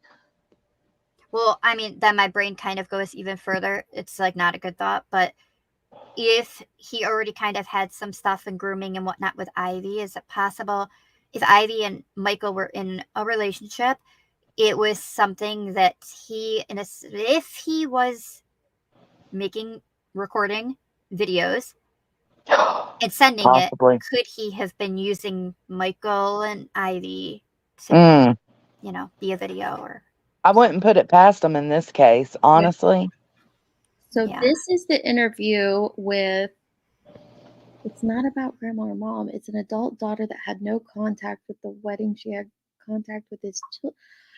I don't know what interview that is. I'm interested in hearing it, but I don't remember.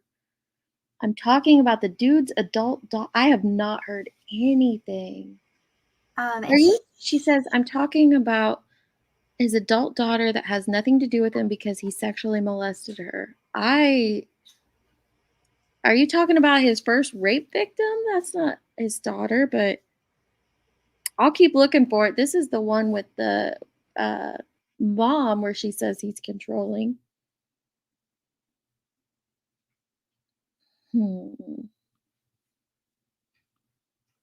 A monster in sheep's clothing that did this to these children and my daughter.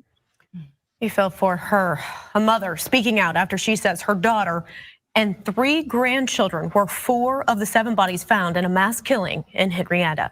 Glad you're with us tonight. I'm Sarah Whaley. And I'm Shay Rozzi. You see behind us right now, these are the names and the pictures, the faces of the 6 innocent people.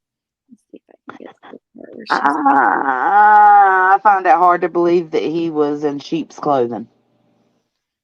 I don't know that he could be fully in sheep's clothing, that's for sure. I was trying to get to just the part where grandma talks. Found. And now Jeanette Mayo, the mother of Holly McFadden, says her daughter and 3 grandchildren are the remaining victims. But they were all exceedingly loving and generous. The 7th body is believed to be Holly's husband, Jesse McFadden. He's a convicted rapist who was set to stand trial for child porn charges the same day the bodies were found. Do you believe that Jesse killed everyone involved and then killed himself? Yes. They've identified all of them. They called me last night at 10 o'clock and told me that Holly and the kids were the 4 victims that they had not identified. Jeanette says Holly's 3 children include 17-year-old Riley Allen. Riley was outgoing. 15-year-old Michael Mayo. Michael James was athletic. He played football. And 13-year-old Tiffany Gass. Tiffany, she was very outgoing. She was gorgeous. Jeanette says authorities tell her that all 6 victims and McFadden were shot here. And she says that her family had no idea about McFadden's criminal history. Please tell your audience that they need to background check anyone that's going to be in their children's lives or their grandchildren's lives. I don't want this to happen to somebody else. But she did know. But she did know about the criminal history, right? Yeah, a couple months prior is when she found out. See? So weirdly, it was stated by the aunt there that it was January when they found out and they confronted Hallie about it. But then I was like, what is going on? When her mom right there came on and she was like, oh, we found out at the end of March. And so I'm a little concerned that maybe she's trying to kind of fill the gap a little. I'm not sure, but I don't know. I just know one said that it was January. And actually, I feel like I saw a clip of her even saying it was a couple of months. But then the next interview, I heard her say the end of March. Yeah, the grandmother did say, and it wasn't this interview, it was a different one, but the grandmother did say that they found out because, like you said, her son, Holly's dad, had looked up the registry and found them on accident or something. Yeah. Yep. And I'm pretty sure that when she talked about it one time, she said she said a couple months and didn't say specifically. And then the next interview that I saw of her, she zoned in and said the end of March. And I stopped on that and was like, wait, whoa. How to go from a couple months to the end of March. And also the aunt definitely said January is when they found out. So. I did hear that one. I'm trying to see if I can find anything on his children. Did we get a name? I had asked. I'm not sure if anybody had put it and I missed it. I hadn't heard anything about him having children. I asked if they knew the name of her. Are we seeing it anywhere?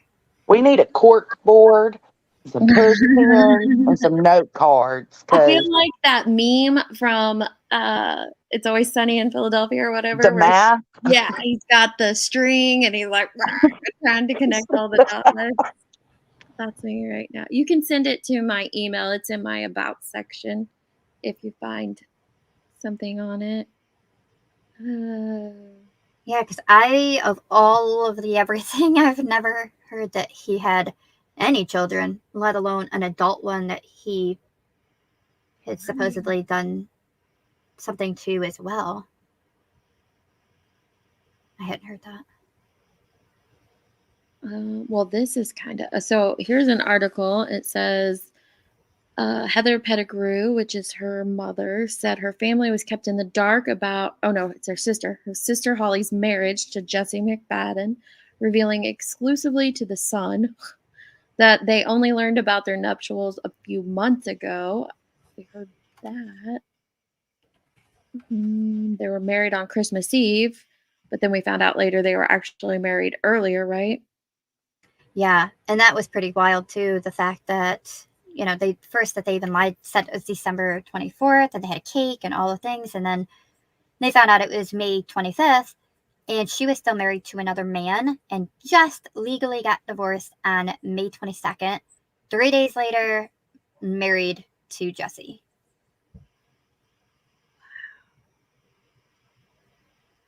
I'm not seeing anything here about kids. Oh, this has got their marriage license in here. Dang.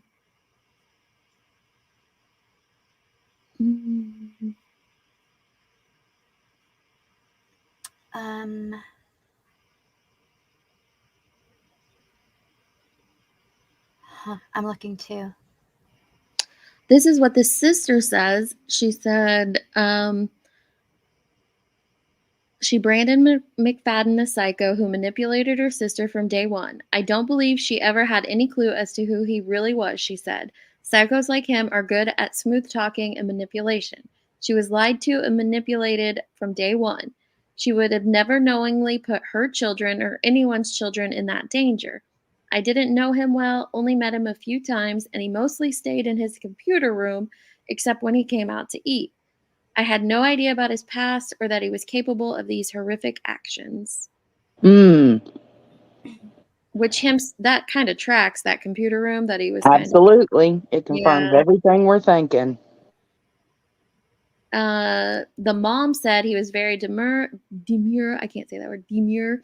He was very standoffish, generally very quiet, but he kept my daughter and the kids basically under lock and key. He had to know where they were at all times, which sent up red flags. Then it talks about Crystal Strong, who was sexually assaulted. I don't know if people are thinking that's his daughter. I'm wondering that too. I'm seeing an article from her as well, and I'm wondering if that's who they're thinking. Yeah. Crystal was his original victim that he raped, but she's not his daughter. And also further, I keep referring to her as the original victim, but like she's the original victim that has put charges. But it was found out that yes, he had allegedly committed these acts against other people that have come out. They talked to the first one that pressed the charges and let her know that he did something to them too, and they just didn't report it. So who knows how long he could have been doing this? I mean, it goes back even further than Crystal. This is just, oh my God, this is just traumatizing all over. The whole damn thing.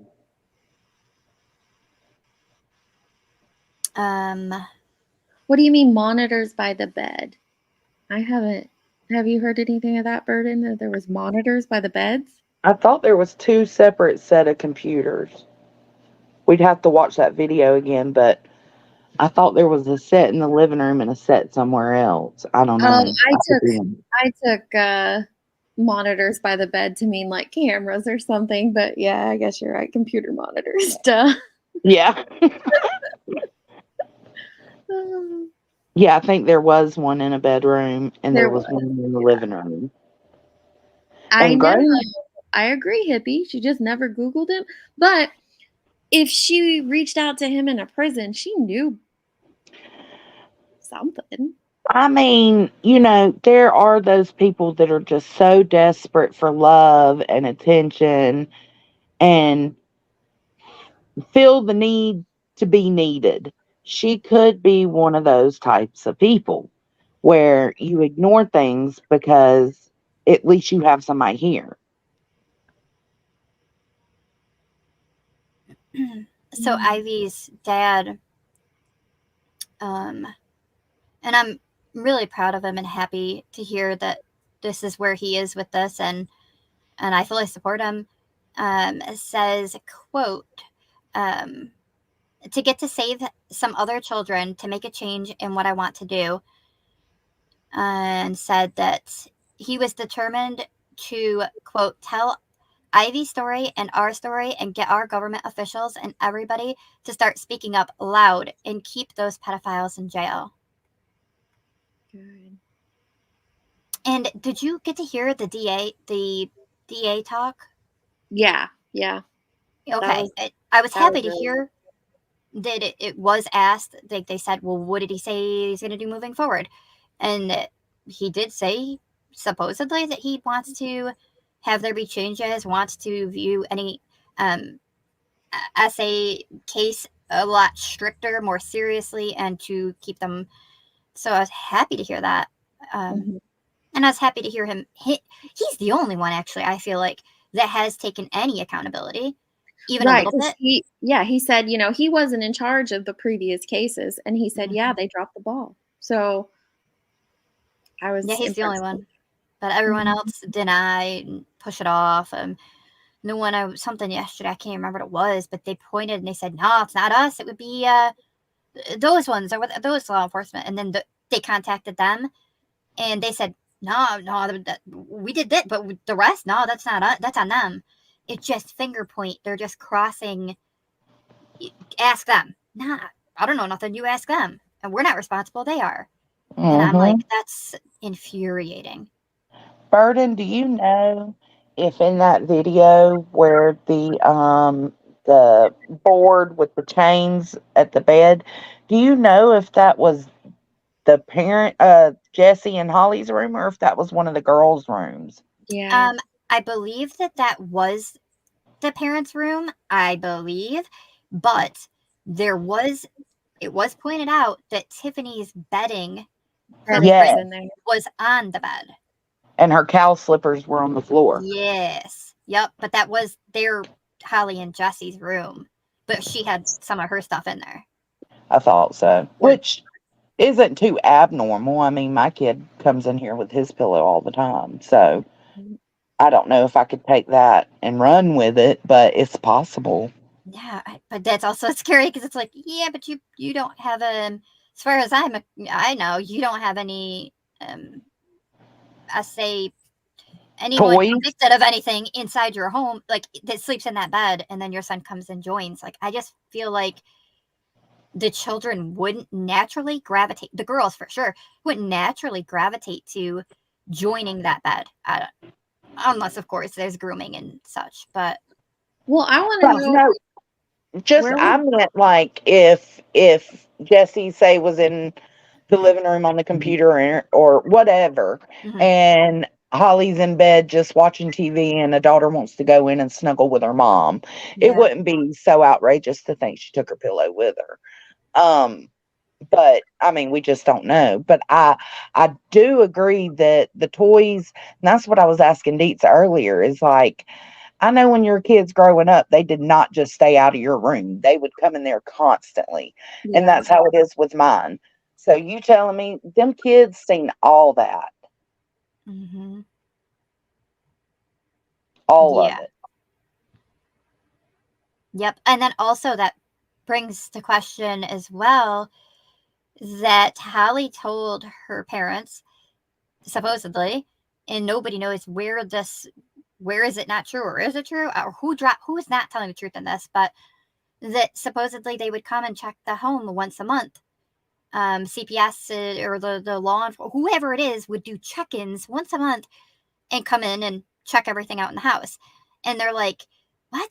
How, if they did that, they said it's very obvious to tell children live there.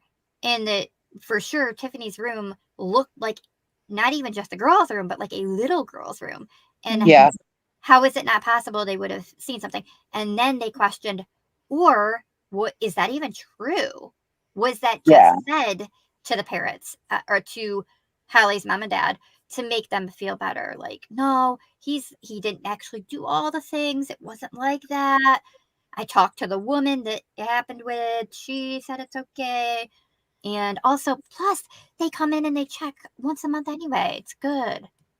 So, I don't know. But if, in fact, they did go in and check, I don't know. Then it makes me wonder, like, how did they not see something in there? But, like, the bed, you could see that it could be pushed. You just push it up against the wall, and you can't see the board with the That's chains. true. That's true. You could, because it was lower than the actual mattress. And we're seeing things how they were left at the end. We don't know how, when everyone was in the house, but I still don't know how he could have hid these things, or they could have hid these things that well in front of those kids. I agree. Like you said, the chains in the kitchen could have came recently. This is the first interview I do believe that the grandma did. I don't know if something in there they're thinking. And they let him out of prison. How? Oklahoma failed to protect families. And because of that, my children and my daughter and my grandchildren are gone. He stayed to himself unless it involved Holly and Yep. Can I just say that this woman reminds me of the little woman on, what's that movie? The Poltergeist. Oh, she kind of does. Oh, she kind of does. I don't know if it's her voice or what. I think it's adorable, but yeah. Yeah, it is adorable. That's too funny. She does. the kids, and then he was very controlling. I lost my daughter and my grandchildren, and I'm never going to get to see them. I'm never going to get to hold them, and it's killing me. Oh, my heart. I want Any second that I could save to save some other children to make a change is what I want to do. And if I can tell Ivy's story and tell our story and get our government officials and everybody to start speaking out loud and keeping these pedophiles in jail, the sexual registry does not work. There needs to be repercussions and somebody needs to be held accountable. They let a monster out. They did this. Have y'all noticed a lot of the times it does seem like the dads are the ones out in public, full force going on, and the moms are kind of internalizing? I think it's a lot to take in. I As a think it's their way of grieving. It's just like, women grieve differently than men. I think men getting out there and doing shit and talking, like that is what helps them. Someone said, you live in Henrietta. I'm so sorry for the pain that your family's or your community is feeling right now. This has got to be horrific. It truly does. Did you know any of them, Jimmy? Also, if that's your full name, I don't recommend having that as your name on YouTube. Just for future references, you might want to change that to. People on YouTube are crazy, Jimmy. Crazy. Yeah. They're full on crazy. Women lean on their man in these times. It seems like it. It seems like moms internalize it a little more and the dads speak out. Well, they can tend to be about action, right? Like Yeah. Sometimes like going and searching that house. He felt like he needed to do that. Yeah, they need to do something. They need to have tangible things they can do and stuff like that to express and get through their grief. He said no, he didn't know him. Well, I'm still sorry that your whole community is going through this. And it's wild that just imagine had he not had that desire, that yanking feeling that like I gotta do it, I gotta see it, I've gotta go in, then he would have never found it. Been found. Yeah, like nothing. I mean, clearly they aren't trying to do any kind of investigation further, and it would have just been done, nothing, and it would have all been gutted, tossed, gone. See you later. Yep. Yes, it would all be in the garbage right now, wouldn't it? Because that landlord, that was a big place. Yeah, Jimmy, he said it was a big property, like 20-some acres or something. But all that stuff would have been in the dumpster. The landlord would have went ahead, chucked it. There wouldn't be a social media outcry for evidence because we wouldn't have known about it. Well, I would hope that the landlord coming across that many phones would be like, this isn't normal, considering the situation. Well, why didn't her family take those phones or call it in or something? Because they were in there before Justin. Oh. They were in there the day before and removed a ton of stuff because like the landlord contacted them if they wanted to come in and get any of the family's belongings before he, removed them all. So they were in there the day before. It's mind-blowing to me that they didn't. Wow. Yeah. I'm still not seeing anything on. I'm not either. But we've been on here 4 hours, and I was thinking it would be like an hour and a half. And so I think we dissected it as much as we can possibly do. For now, I've got like 3 questions wrote down, things I'm going to look up and dig more into. If we come up with some answers or, there's new things put out on it, we'll do another stream, whether it's here or on one of you girls' channels. I just think it'll be really important to go through all of that stuff too. And like I said, I'm going to dig into a daughter and some of the other questions we had. Yeah, we're going to find this daughter that, I don't know, I've heard nothing. Burden's on a mission. I'm like, what a daughter? I've heard not even a little whisper about an older I've got it underlined 3 times, like children ? Like what? I have. I know. I was like, you mean her children? They're like, nope, his adult. I'm like, an adult? What? Yeah. Yeah. I don't. It worries me having things like that be put out there And Me then too. people believe it, Yep. and they go to we actually just talked about this. They then go to the next place and the next place, and now you have misinformation just everywhere. Yep, and that's Yep. why we're not saying that it's factual because we haven't figured it out, but I'm definitely going to look into it. I know Burden's going to look into it. I'm sure Jones is going to look into it. We'll see if we can come up with something, because if that interview is out there, I want to hear it. I Same. absolutely do. I'm gonna look on Reddit. Did y'all look on Reddit?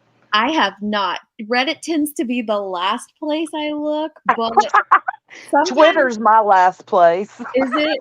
Sometimes Yeah. you can find some good information if you can, link it to. You gotta cipher through it.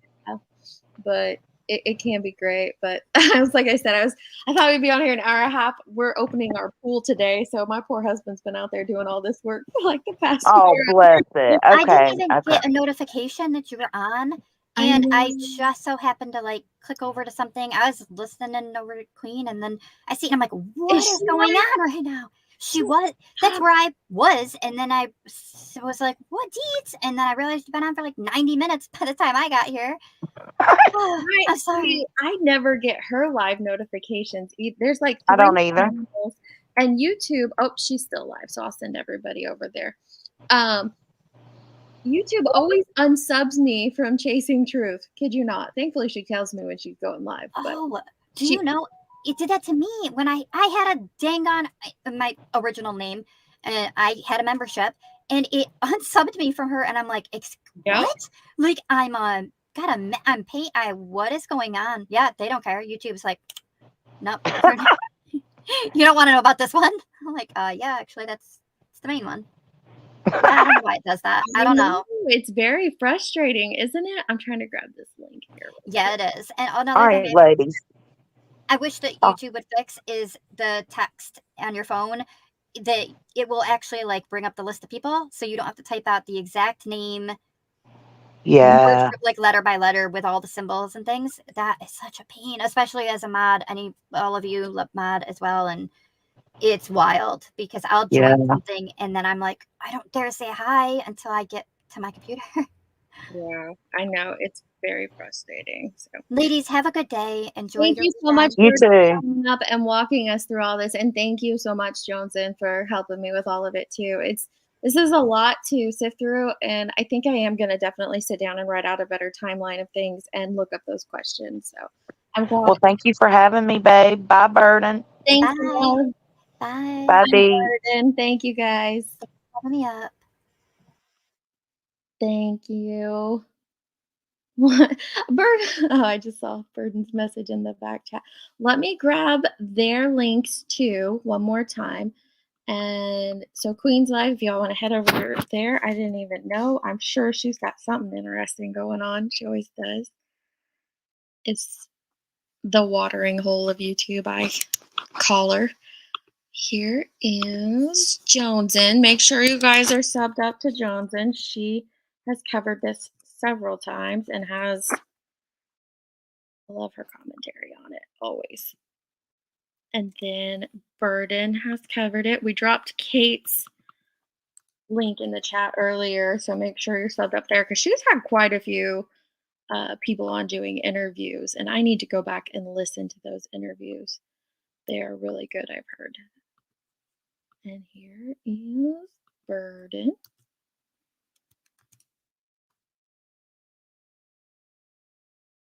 Make sure you guys are, oops, anymore.